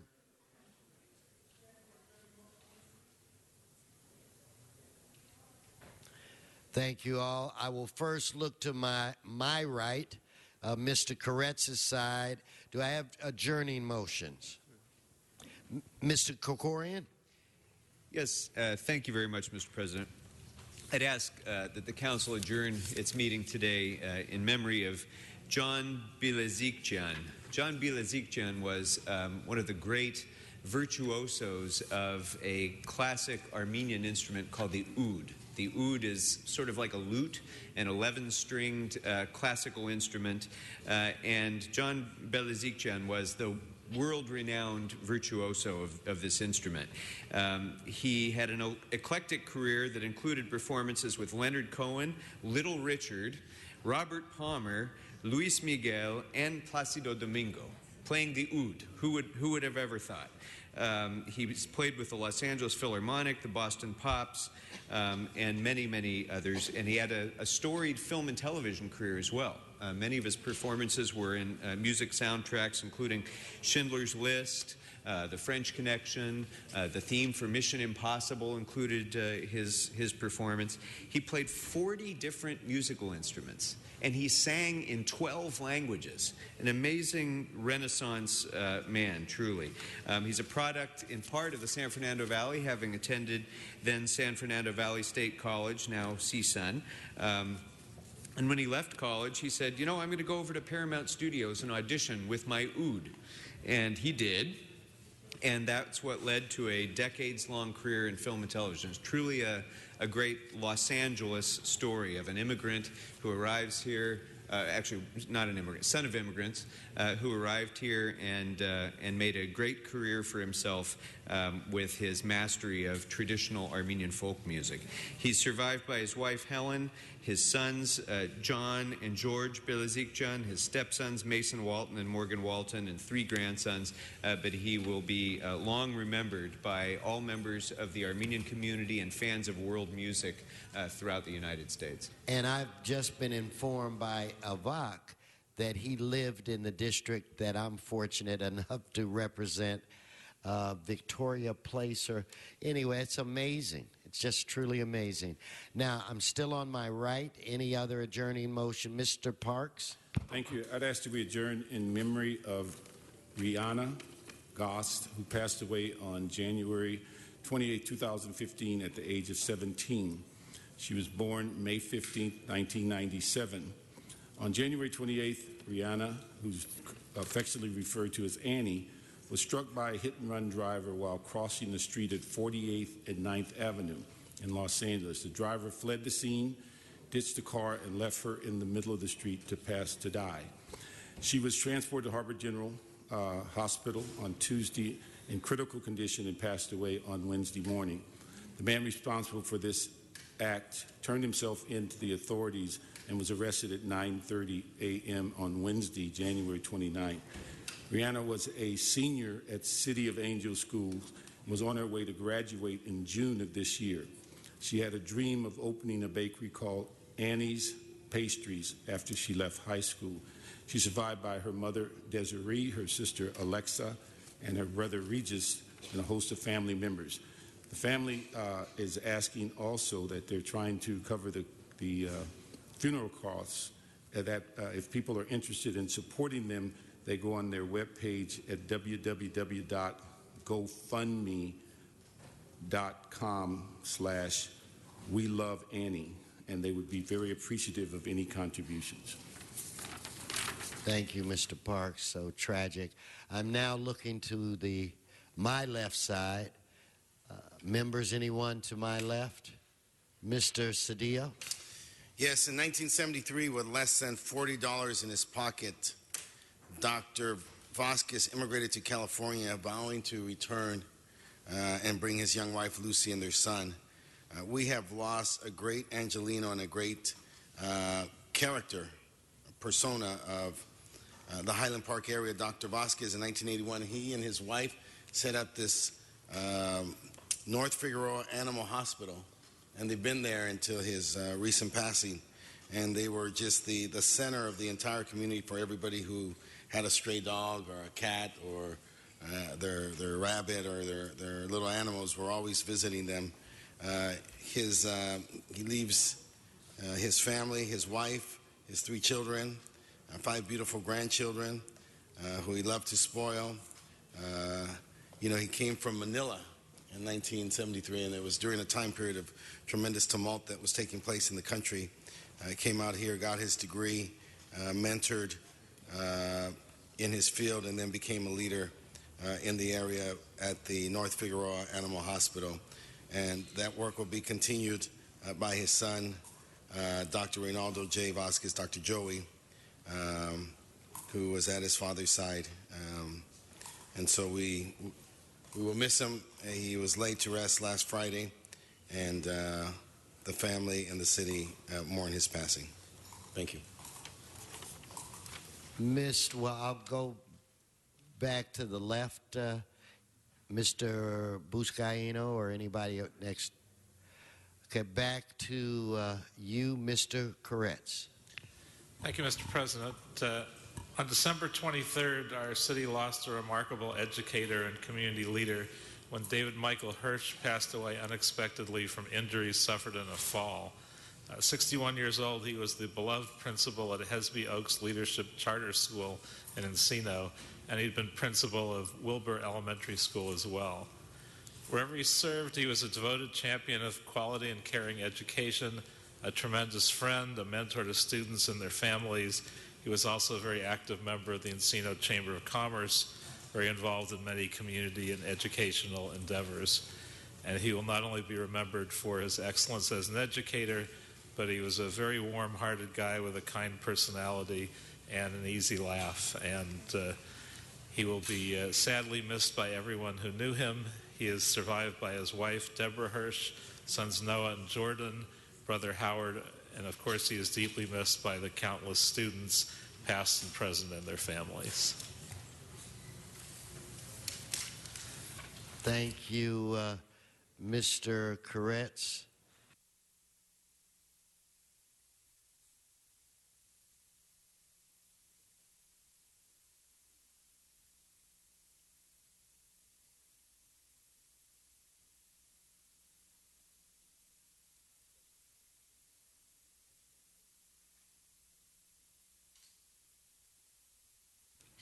Any other adjourning motions? Okay. Mr. Labange. Everybody for being involved with our mayor, two secretaries, the Secretary of the Veterans Affairs, and the homeless count last night. I wanted to make this a very important announcement, and my very special deputy, Eric, I want you to tell everyone what you experienced in the San Fernando Valley. He's a Sherman Oaks deputy and counting. He's a United States Marine, too. He likes to say that. My name is Eric King. I'm the Councilman Labange's deputy for Sherman Oaks, and I coordinated the homeless count in Sherman Oaks for the very first time. And it was a great event.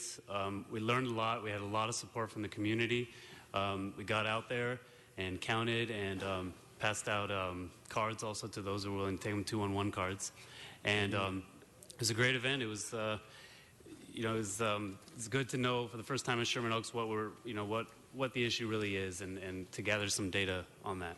What was the count? What's the count you got? I think we had about 60-something, which is not, a lot, but it's good to know. Well, it's 1% of the country serves us in foreign wars around the world in our armed forces. With that being said, I know Mr. Bonin was leading the way yesterday along with the county supervisors Kuehl and Mark Ridley Thomas, well, Solis. Our mayor stood strongly that we will end veterans homelessness in 2015, this December. And so that was a very important meeting that we had. There's a booklet for all of you which we'll be distributing, which I have coming over from the United Way. And United Way and the Chamber of Commerce are poised together in order to make that. And Michael, I know you were so passionate as well. If you want to add something. Mr. Labange is referring to the Home for Good Collaborative, which is dedicated to a housing first philosophy to end housing. Over the past 4 years, they've eliminated about two-thirds of or moved into housing about two-thirds of the homeless veterans in Los Angeles, and they do feel confident that they're on track by the end of 2015, and then we'll use the same model to address chronic homelessness after that. Great. Well, thank you. So we'll all look to it. I know, Mr. Blumenfeld, the work that you and your staff is doing along the river corridor out there, because sometimes they find that a challenging place there. Mr. President, unless you want to hear the true history of Griffith Park from 1781. No, let me just say this, and one day I would love to hear the history, Mr. Labange, but I have heard that we do have our LA Dodgers are in the building, and if we could afford them, I think we should wait a few minutes. Absolutely. Because they'd like to come up and say a few words to us. So why don't we recess for a few moments and John Ferraro Chambers. in the John Ferraro Chambers, and we'll be joined by representatives of the Dodgers in a few moments.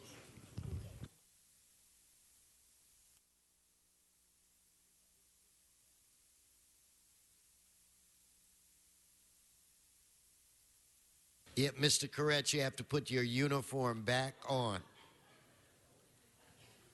And the hat. Could somebody go to his office and bring him his cleats? On the organ. Helen Dell on the organ.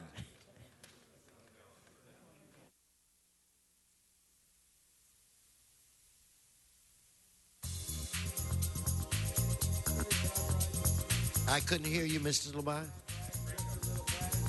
Just a little. Yes, you I may. recently sending much of my material either to the city archives or citizens around the city. As I finished my term, I sent a photograph of Vin Scully to the Dodgers, and I got a personally handwritten note back from Vin Scully. I don't think there's anybody in this city. It would be Rayford Johnson on my right and Vin Scully on my left if I ever was in a dark alley and wanted to get out of it. What two saints they both are as we go forward, and such a special human being.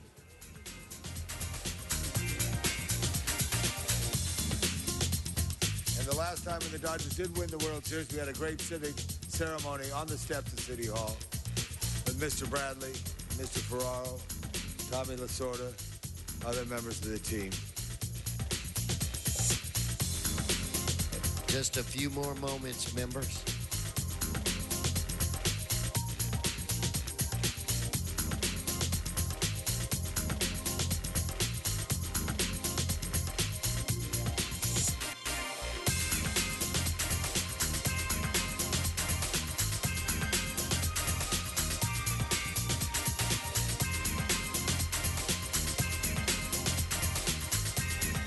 Okay, Mr. Previn.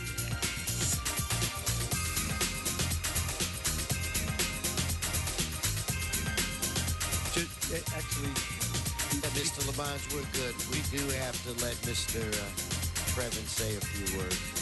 regarding Mr. homeless Previn? issues, because there was a discussion of it, so Just come on. allow him to speak for a minute. Thank you very much, Council President Wesson, and thank you, Mr. City Attorney.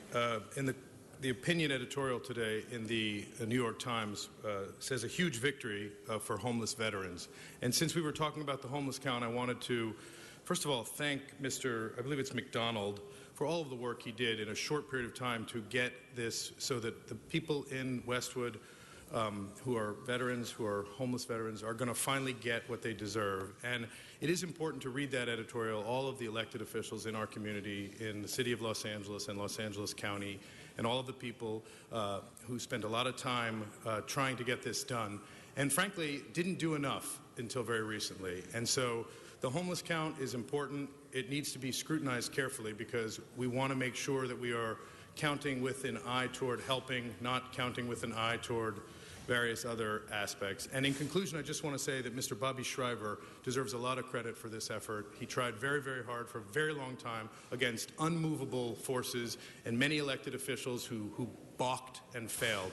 And I would just want to say that this is a really time for a celebration that will finally be open to homeless veterans for housing, as it should have been for a long time, not leaseholders and others who have been shameful. Thank you. Thank you. That completes the comments. Mr. Gibson. Thank you very much, Mr. Gibson, the Special Public Works Advisor, who is working on plans to improve public works. We thank you as well. I also want to remind people, if they ever want to look at baseball history, Mr. City Attorney, go to the Farmers Market at 3rd and Fairfax, and you'll see the storied graphics of Gilmore Field. The Hollywood Stars played. or you go to South Park for Wrigley Field.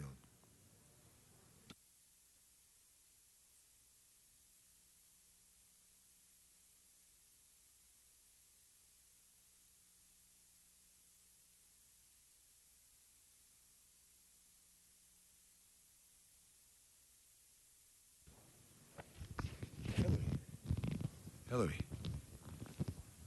Members, I do just receive hot off the press the homeless Home for Good ending in Los Angeles County. This is being passed out for your review over the weekend. Thank you very much.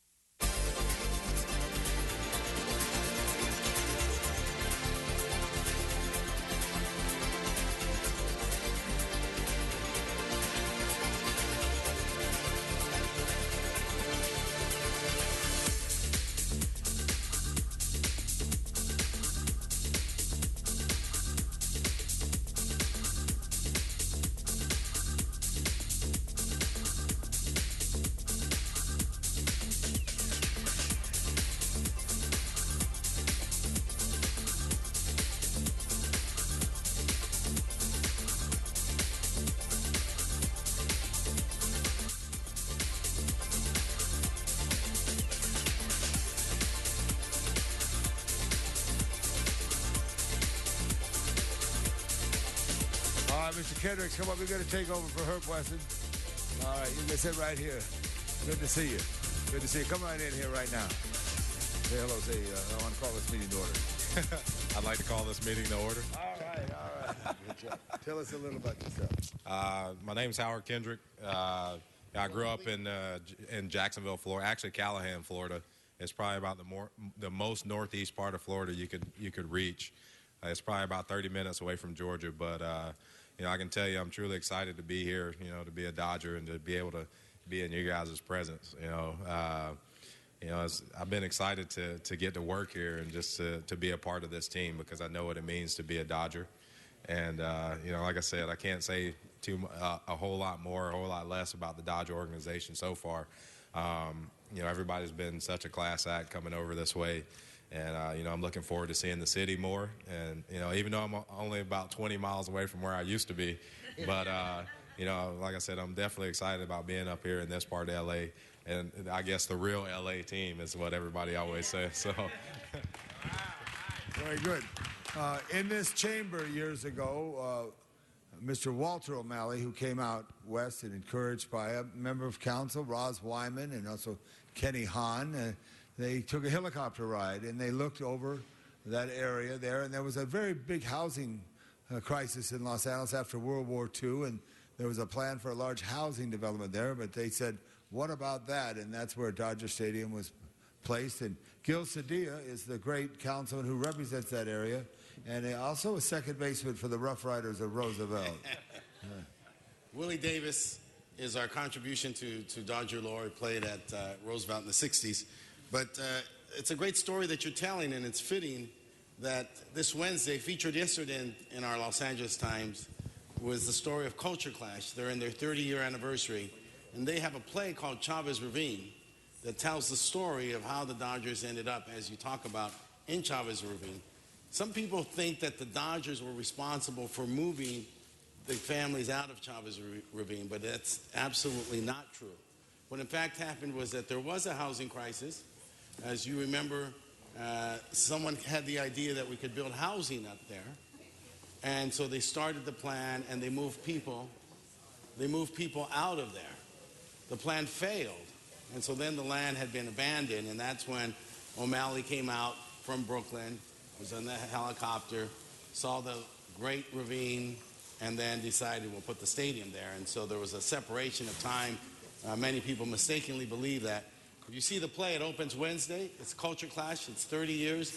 It's a repeat of Chavez Ravine at the Kirk Douglas Theater in Culver City.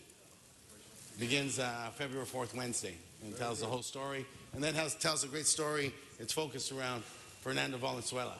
It's great to be a Dodger, isn't it? Oh, yeah. Huh? Oh, yeah, definitely. There's a big difference. I already noticed that, everywhere you go, people recognize the Dodgers. You know, I was in Anaheim forever, and you know, the fans there were great, but the Dodger fans are on another level. You were a major league player. Howie, you were a major league player and you played for a great team. And the fans are great down there, but you are a Dodger now. And there is nothing in the world like being a Dodger. And you know that now, right? Oh, yeah, I'm definitely starting to realize that and understand that. You know, he was just asking me about growing up, you know, as a youth playing baseball. And, you know, the biggest thing for me was community. You know, in my community, you know, if you got in trouble, I mean, my grandmother would know about it before I made it home. Yeah. I mean, everybody That's knew right. that, you know, if something happened, I knew it was going to get back before I ever made it home. Everybody knew everybody. That's right. And you talk about community, people pitch in and help each other, and they do things, you know, that, you know, not everybody would be asked to do, but you might not have liked it at times, but you did it.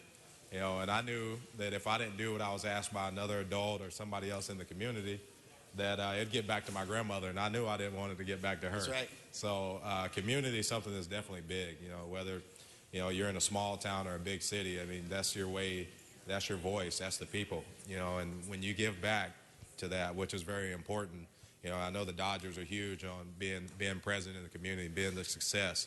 I mean, it's very important to be a success on the field and what you do, but it's also great to be a success in your community and to be able to give back to everybody around. And I know the fans here are great, you know, and I'm actually looking forward to it. And I want to play well for everybody here, and hopefully we can bring a championship here. But I think it's very important to establish the community and be a presence there, you know, as well as it is to be a presence on the field. We're very excited to have you here with us. Now, what I do want to say that this man can play ball. I've been your fan for many, many years. He is a scratch second baseman that has a little punch, a little pop in that bat. But what I wanted to say, Howie, is you see over here all the way in the corner that we have our colleague, Paul Koretz. He's suited up.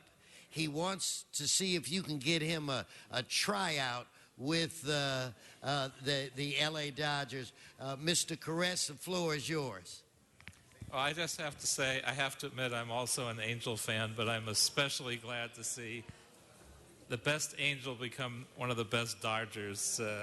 Look forward to watching you play here in Chavez Ravine. All right, guys, we have visitors. Come on in. Come on in. We've been waiting for you. Everybody, let's give the Dodgers a round of applause. Thank you for everything.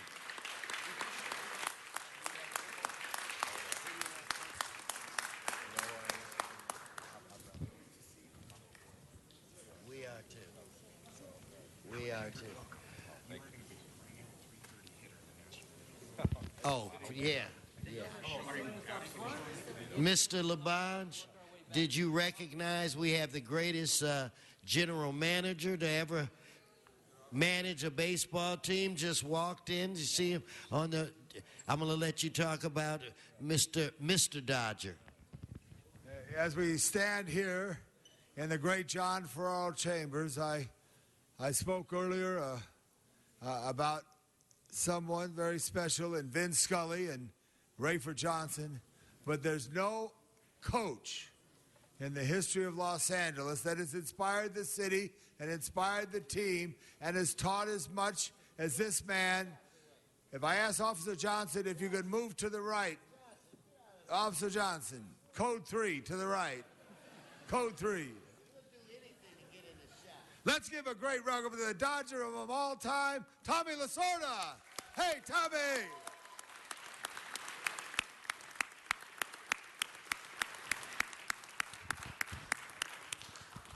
Mr. Cedillo, the floor is yours. Mr. President, you and I have done many great things in public service. We had a great career in Sacramento, in the State Assembly, in the State Senate. We've traveled the world. We've been ambassadors for our state and our nation. We've had a lot of great experiences, but coming home to be in this Los Angeles City Council, one of the greatest things that there is, and particularly if you are the representative of the 1st District, is to be that public servant for the greatest baseball team that's ever picked up a bat or thrown a baseball. And that team is the Los Angeles Dodgers.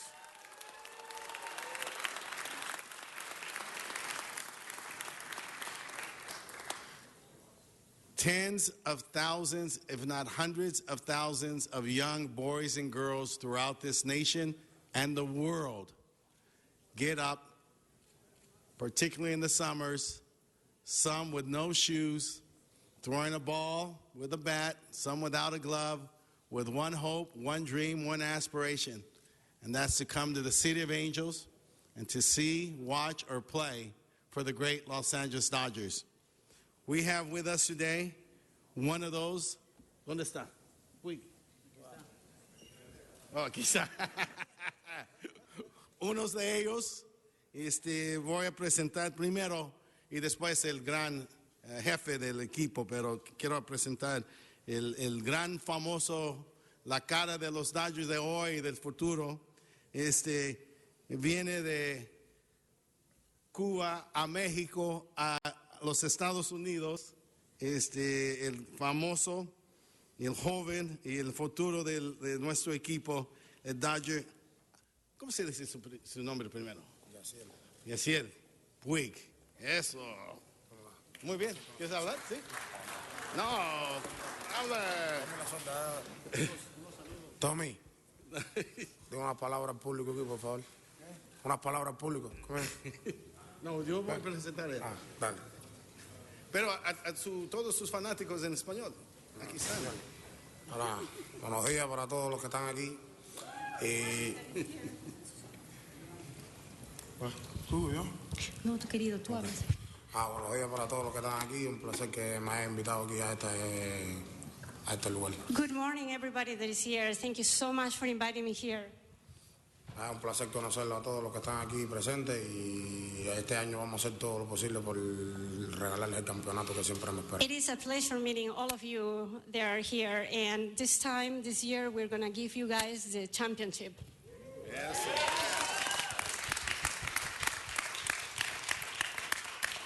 Este año, gracias a toda la organización de los Dodgers, hemos hecho un gran equipo y ahora vamos a estar entrenando en Arizona para obtener lo que queremos.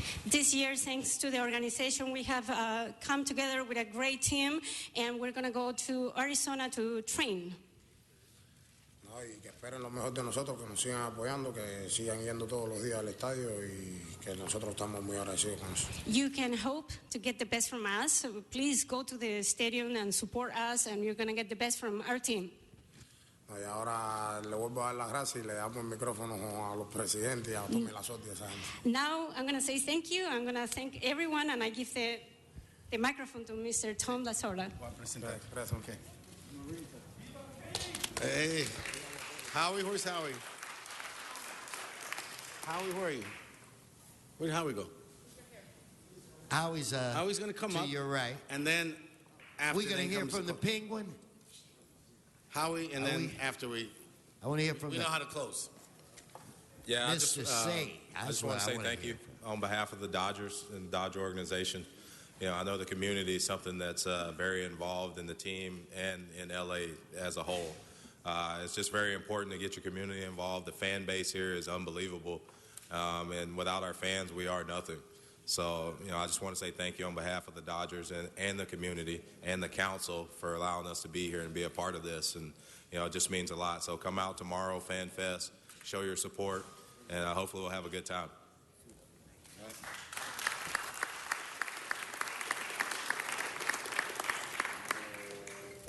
And Mr. President, you know that I'm up here without any talking points. And doing well. Right, so, but this isn't hard.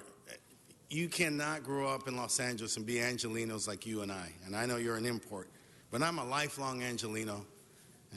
My family got here in 1910. My father got here in 1941. I grew up listening to Vin Scully talk about Sandy Koufax and Don Drysdale, Johnny Padres, Phil Regan, Maury Wheels, John Roseboro, Tommy Davis, Willie Davis, Frank Howard, Bill Skowron, Willie Crawford. Who was at first base? No, before that. Wes Parker, right? Frank Howard, right? See that ball go over Frank Howard's head? My cousin and I would come up to the stadium and run down the stairs. There was no security in those days. grew up just loving the Dodger experience. There's a man sitting to my right who's been a Dodger 66 years of his life. Can you imagine that? 66 years. And he is the embodiment of civic spirit and the embodiment of what it is to be a Dodger. He's played and been in every capacity with the organization. He is known throughout the world as the ambassador of baseball and the ambassador for our great Los Angeles Dodgers. If we can, Tommy, can you come up and give us a word, please? God bless you.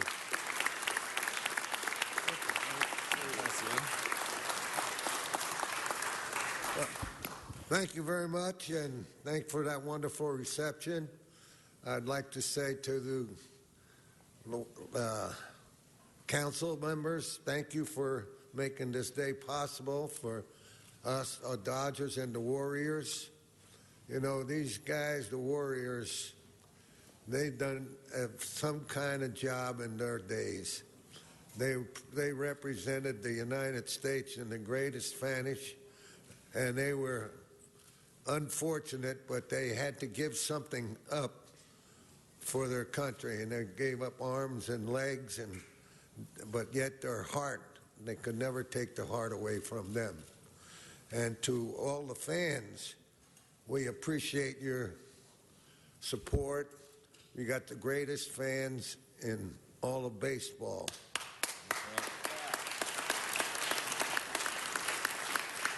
I said this many times, this game doesn't belong to the players. It doesn't belong to the owners. It belongs to the fans, because if you don't have any fans come through those doors, you're going to have to shut the doors down, and you're going to have to shut the game down. So we need you people, and we need you to keep supporting us. But unfortunately, we hadn't been able to give you the one thing that you want so bad. But I feel good. I feel it in my bones. I think this is going to be the year where we're going to raise that flag. All right. Thank you. All right. And Mr. Cedillo, I do think on behalf of the council, to all of our servicemen and women, thank you for allowing us to walk around free and do whatever it is we want to do. We do that because of you, and don't think that we don't appreciate you on a daily basis. I'd like to defer to Mr. Krikorian, Mr. Cedillo, if I may. So, Mr. Krikorian, for a few words. Right before that, I just want to make sure, because it's rare, and you know the lore of this city. In fact, I think the last time when I first worked for the city for Mayor Bradley, we won a championship, and Ron Say was part of that team. Where are you, Ron Say? Right behind you. There you are. Right behind you. And then Oral Hershiser's here, right? Is that right? Where? I see him in the back. All righty. All right. Yeah. He looks like he could still throw a fastball. Tom remembers having lunch with him at Larry Nicola's. With that, I defer to you, Mr. President. Mr. Krikorian. Thank you very much, Mr. President. And what an honor it is for all of us to be here with our team, the Los Angeles Dodgers. In the last half century of this city's history, much has changed.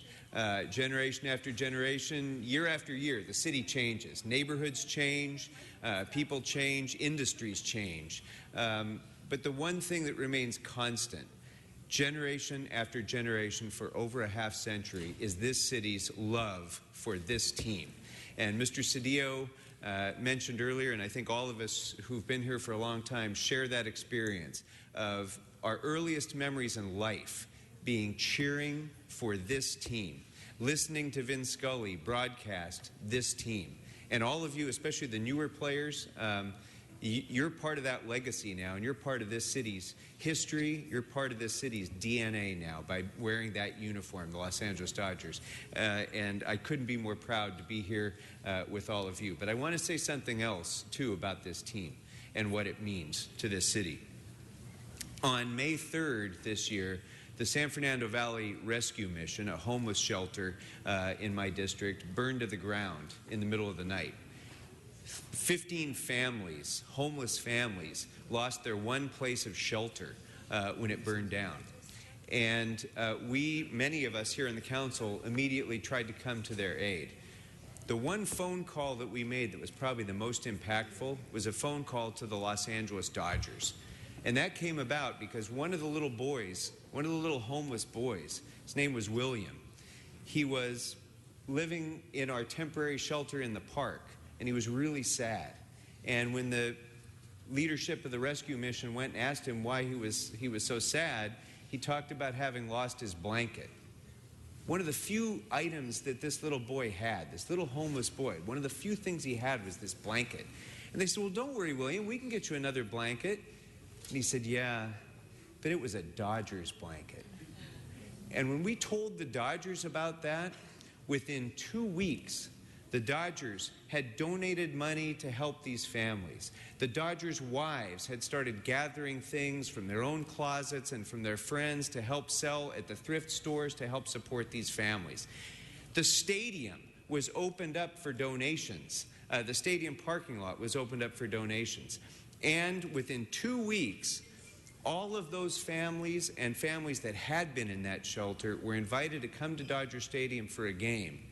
And William was presented with a Dodger blanket and a cap by Clayton Kershaw on the field, on that sacred field of Dodger Stadium. And it just says so much about the heart and soul of this team. This team is about more than winning games.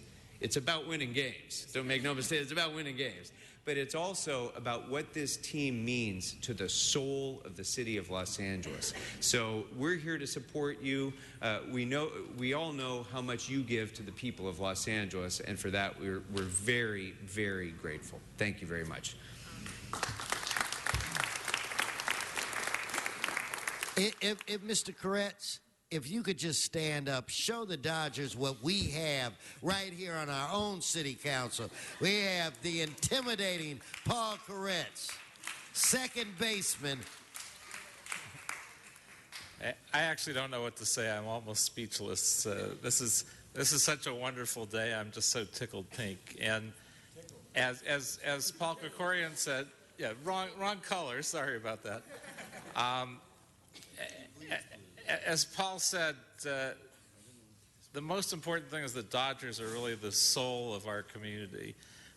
We've all grown up watching the Dodgers. Not only has it been a great team, but it's been so great for the community. The Dodgers always give back. The Dodgers always help. I thank you so much, Mr. Cedillo, for bringing some of the legends of our time here to this council chambers. I know we are all so honored, and I know this is going to be the year. So I look forward to watching our new addition, Howie Kendrick, playing on that field, and I know we're going to do great this year. But you always do so many great things. The Dodgers are Los Angeles. Thank you. Yes, they are. Mr. Cedillo or Mr. Labange? The Dodgers do many things, as Mr. Krikorian just spoke and Mr. Koretz spoke, but I think it's very special today that we have the Wounded Warriors and the veterans here. And I want to ask Kenny, or Kenny's not here there, Russ, get a hand mic for us right there, because I think it's real important, because when I was visiting with Tommy Lasorda, who is one of the greatest guys in the whole wide world, I was talking to him about Willie Crawford, who went to Fremont. And then sitting me right there, that young man went to Fremont High School, a wounded warrior, United States Army. And tell me your name. Mr. Celeste, give him a big hand there for that.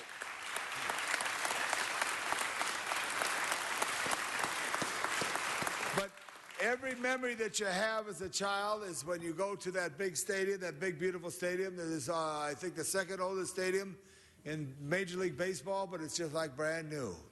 And it's so nice to see how it's kept and the revitalized and all the work that is done. I just wanted to thank you. I have one thing I want to try to do there, Mr. Cedillo, but I don't think you like it. I just want to know if number 66 can catch a ball. Huh? That's all. There you go. Ready? Oh! He saved you. Mr. Cedillo. I know. I cannot tell you how excited I am Miss Martinez has Mr. Labange under control. Do not let him go, Miss Martinez. You know, I got to take a picture of Sandy Koufax this year. He looks like he could still pitch a no-hitter. Let me finish by thanking all my colleagues and everyone for giving us this time.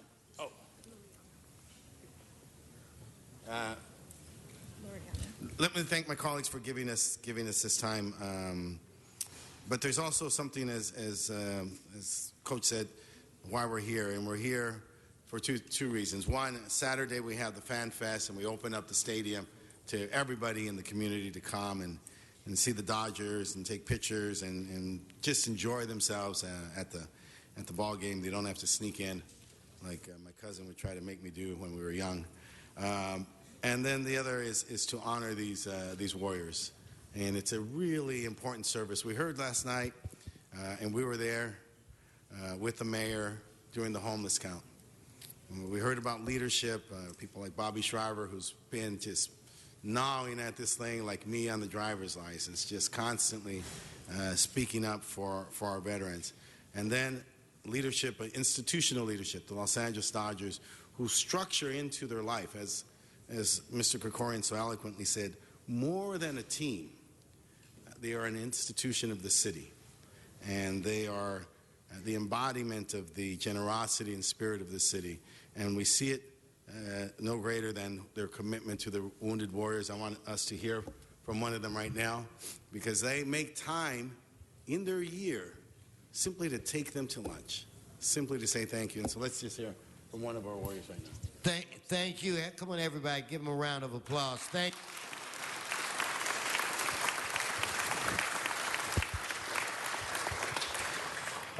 Good afternoon. Sergeant First Class Laureano, U.S. Army. It's a pleasure to be here, to get to meet the Dodgers. You know, never met any baseball players in my life, so I'm blessed.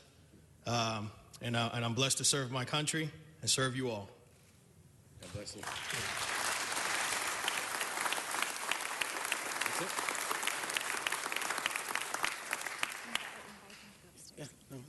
Mr. Cedillo, so to with close. that, as I said earlier, those who have noticed that it's time for lunch, we've got some Dodger dogs upstairs, and so everyone here is welcome to join us and our great team, the Los Angeles Dodgers, for lunch. Thank you so much, colleagues. God bless you. God bless the Los Angeles Dodgers, and God bless this great city and this country.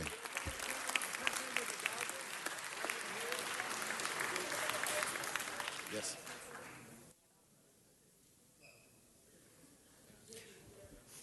Okay, Mr. Labange would like for us to take a picture, so if we could get our Dodgers and our veterans to come into the horseshoe, we'd greatly appreciate it.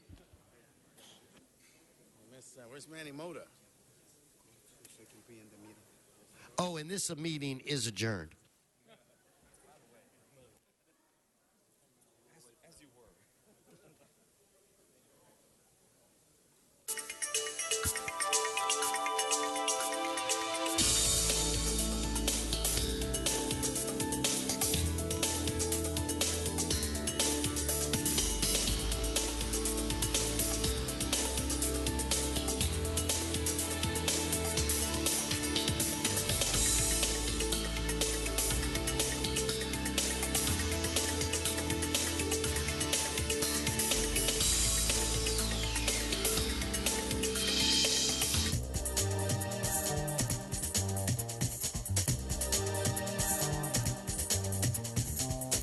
You're watching LA City View, Channel 35.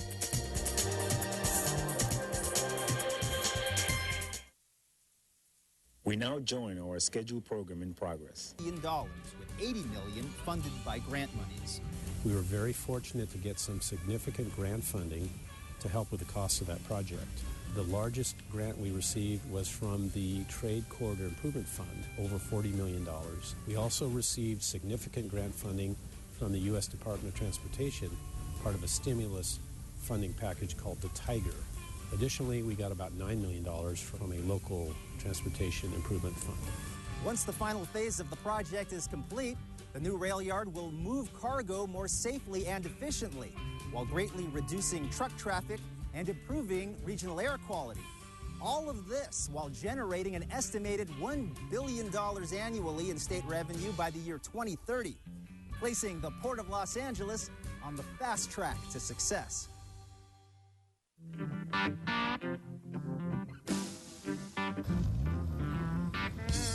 Hi, I'm Mike from Los Angeles. You're watching LA City View, Channel 35.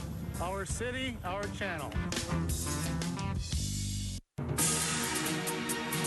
In LA this week, this city needs your help. I'm Rasha Goel. Up next, more on one of the largest rewards being offered to help find those behind the Da Vinci apartment fires in downtown LA.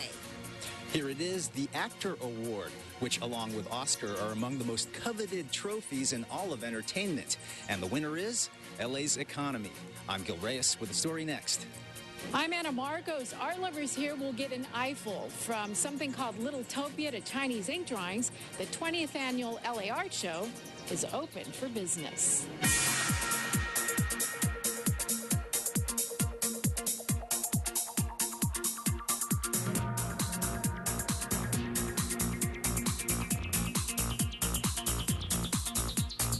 Hello and welcome to LA This Week. Thanks for joining us. I'm Ellen Chang.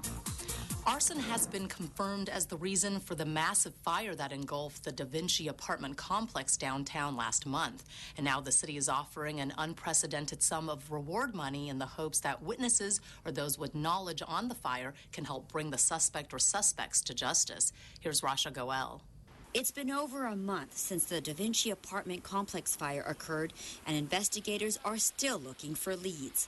On December 8th of last year, the massive fire, which could be seen off the 110 freeway, consumed a 1.3 million square foot building that was under construction. Officials confirmed an accelerant was used to start the fire. If you commit an act of arson in the city of Los Angeles, we will find you, we will arrest you, we will prosecute you, and you will go to jail. $170,000 is being offered to help find those who may be responsible for this fire.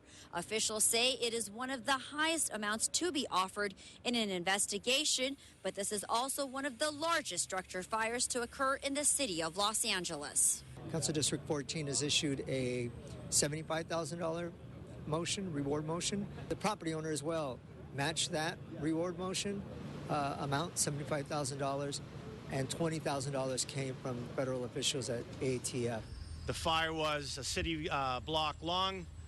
The debris field inside that building was 7 feet high. The building was located off Temple Street in downtown LA.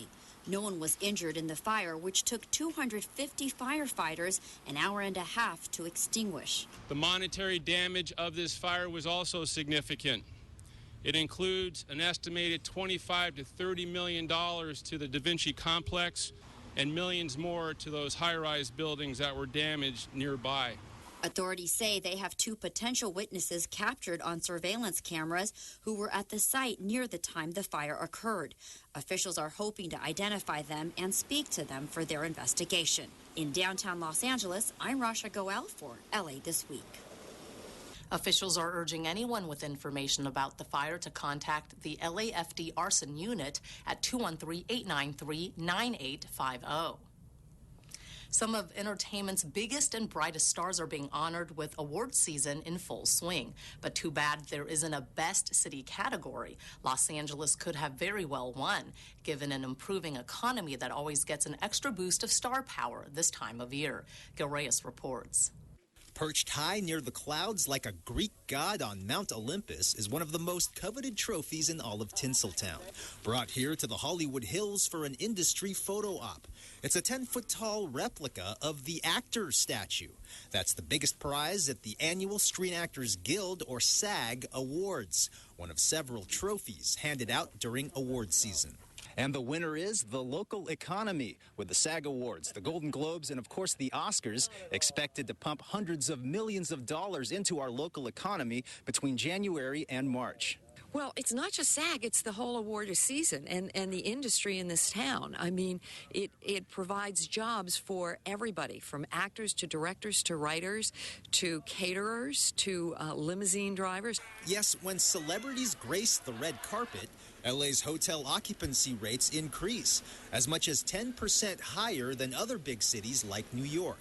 That's according to hospitality research firm PKF. Actress Julie Lake from the Netflix hit Orange is the New Black says her co-stars back east are coming over. Oh, yeah. I mean, I actually live in Los Angeles. A lot of the cast members live in New York. They're all flying out here. We're getting ready together. We're going to party together. Many visitors are also expected to pour money into local attractions like Universal Studios and Disneyland. They'll also dine at fine restaurants and catered events. Research firm Micronomics says the Oscars alone generate $67 million annually for our region, roughly $2 million just from female wardrobe. LA's award season begins in winter, typically a slower period for local tourism, but even that's booming, with 4 straight years of record-breaking growth. Add to the mix California's new tax credit for film and TV production, and the future looks bright for Hollywood. We're very hopeful that we're going to continue to see a rise in production in Los Angeles based on the tax credits, and I think that is something very, very important for the entire state. Bringing industry jobs back where they belong. In Hollywood, Gil Reyes for LA This Week. The Academy Awards is also televised internationally, helping to attract tourists from around the globe. Last year, over 43 million people visited Los Angeles. That's an all-time high. Tensions have been high between the LAPD and the community as a result of the officer-involved shooting death of a black man last summer. That shooting has led protesters to voice their outrage outside LAPD headquarters on a regular basis. And recently, LAPD Chief Charlie Beck agreed to meet with them. Yana Kay has more. Community activists gathered once again at LAPD headquarters to demand justice for Ezell Ford, a 25-year-old unarmed black man who was shot and killed in August by 2 LAPD officers. Though Police Chief Charlie Beck did not attend this news conference, he did meet with some of the protesters prior to this gathering to talk about their concerns, including disciplinary action they want taken against the 2 officers involved in the shooting death of Ford. We're going to join other folks across the country